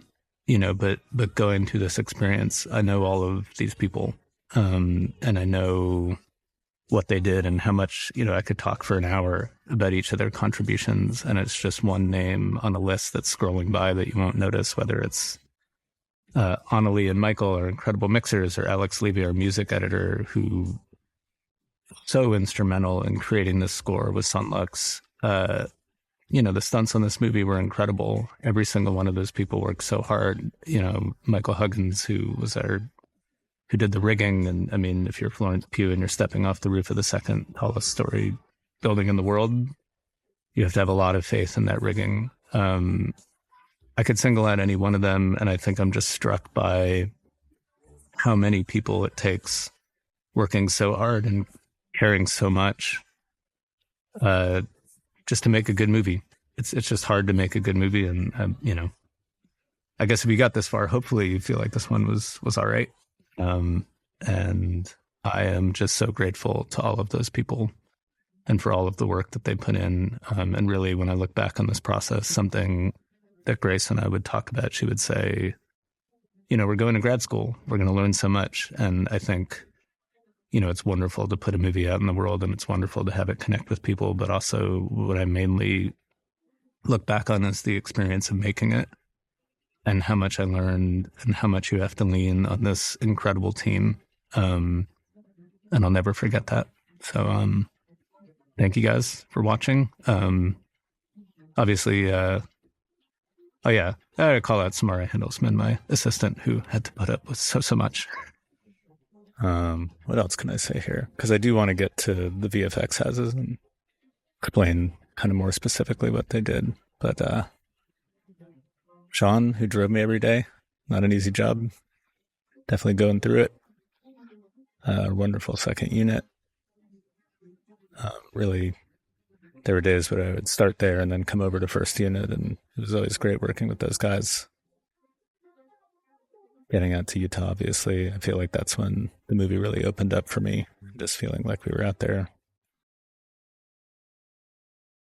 And Malaysia, they don't have the entire crew in Malaysia listed, but it really was a wonderful crew. Adam in special effects, particularly for blowing up the building, one take to do it. Did such a great job. New York, we actually did shoot in DC as well, but it was such a small shoot. I don't think they have it listed here. Believe it or not, as long as these credits are, there are even more people that work on these movies. All the wonderful people at Marvel.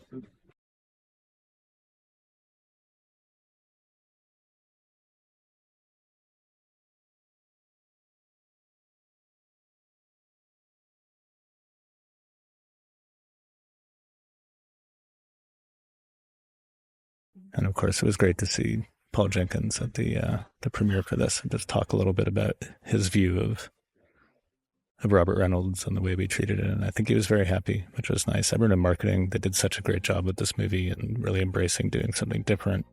Our visual effects houses, third floor for all of the previs, digital domain and their previs department we worked on earlier, as well as Frame Store. It's really such an important part of the process. Opsis did a lot of work for us in that area as well.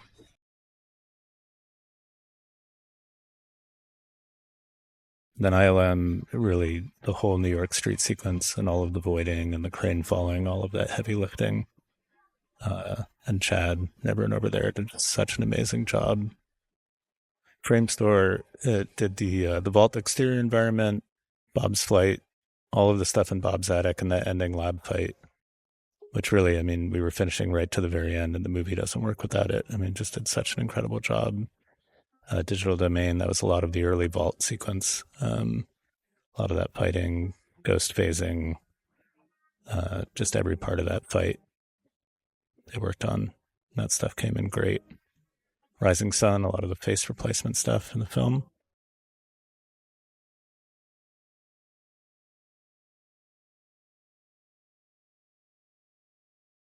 Base, really just a company that saved us on beef as well, and just a workhorse on this.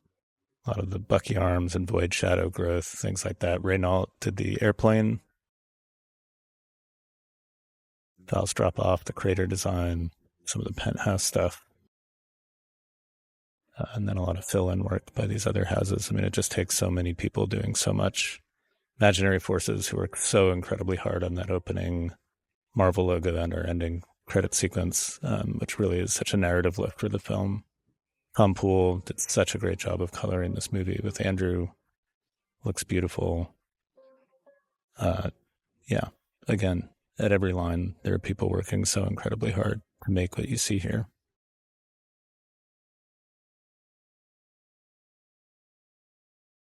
Doc, who also helped record this commentary track. And Sunlux, again, what an incredible job they did. And it was so fun to go out to Abbey Road, be in that room and record this score. I wasn't there the whole time, but just to see it for a few days was amazing. And special thanks to the Merdeka, John Watts, who helped me out so much on this film, and my friend Francis.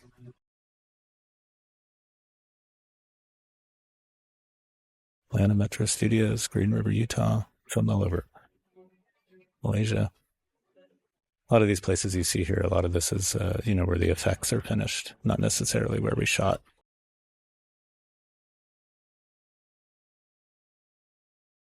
And I'm killing time here because we do have one more scene to talk about.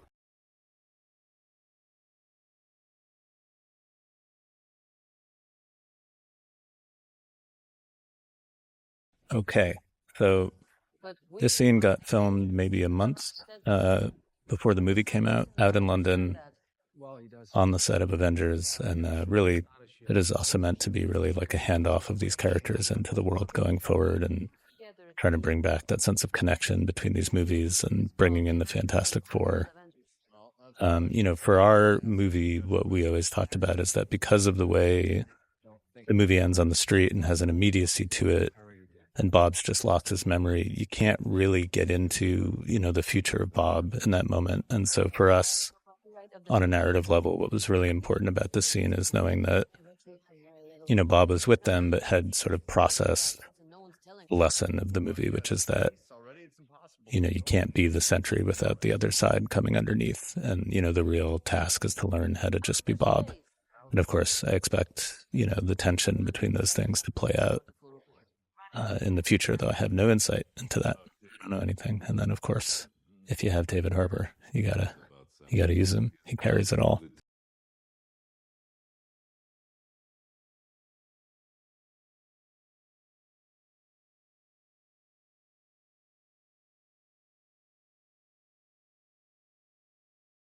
But yeah, it just, it looks different. And we talked about embracing that, it sounds different. It has the music that feels, it's Avengers music, not our music, and really seeing this team kind of step into a new light and, see how that feels.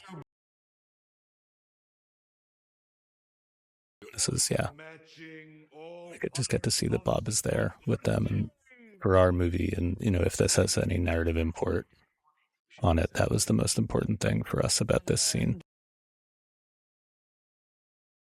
And yeah, just it was a really interesting day to be out there when they were filming this, and they were filming some stuff for Fantastic Four on an adjoining stage in London, and just seeing that whole, something Lou was always excited about for Marvel was the idea of having a lot where all these things were getting made and getting to go around and feeling the connectedness between them. And it really felt like it was there on that day where in theory we were finishing our movie and starting another Marvel movie was being made, at a stage next door. And it was just a really, really nice day.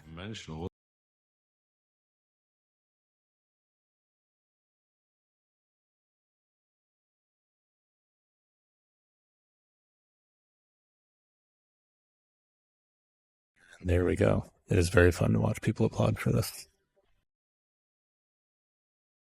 And there we go. The new Avengers, not the Thunderbolts, asterisk.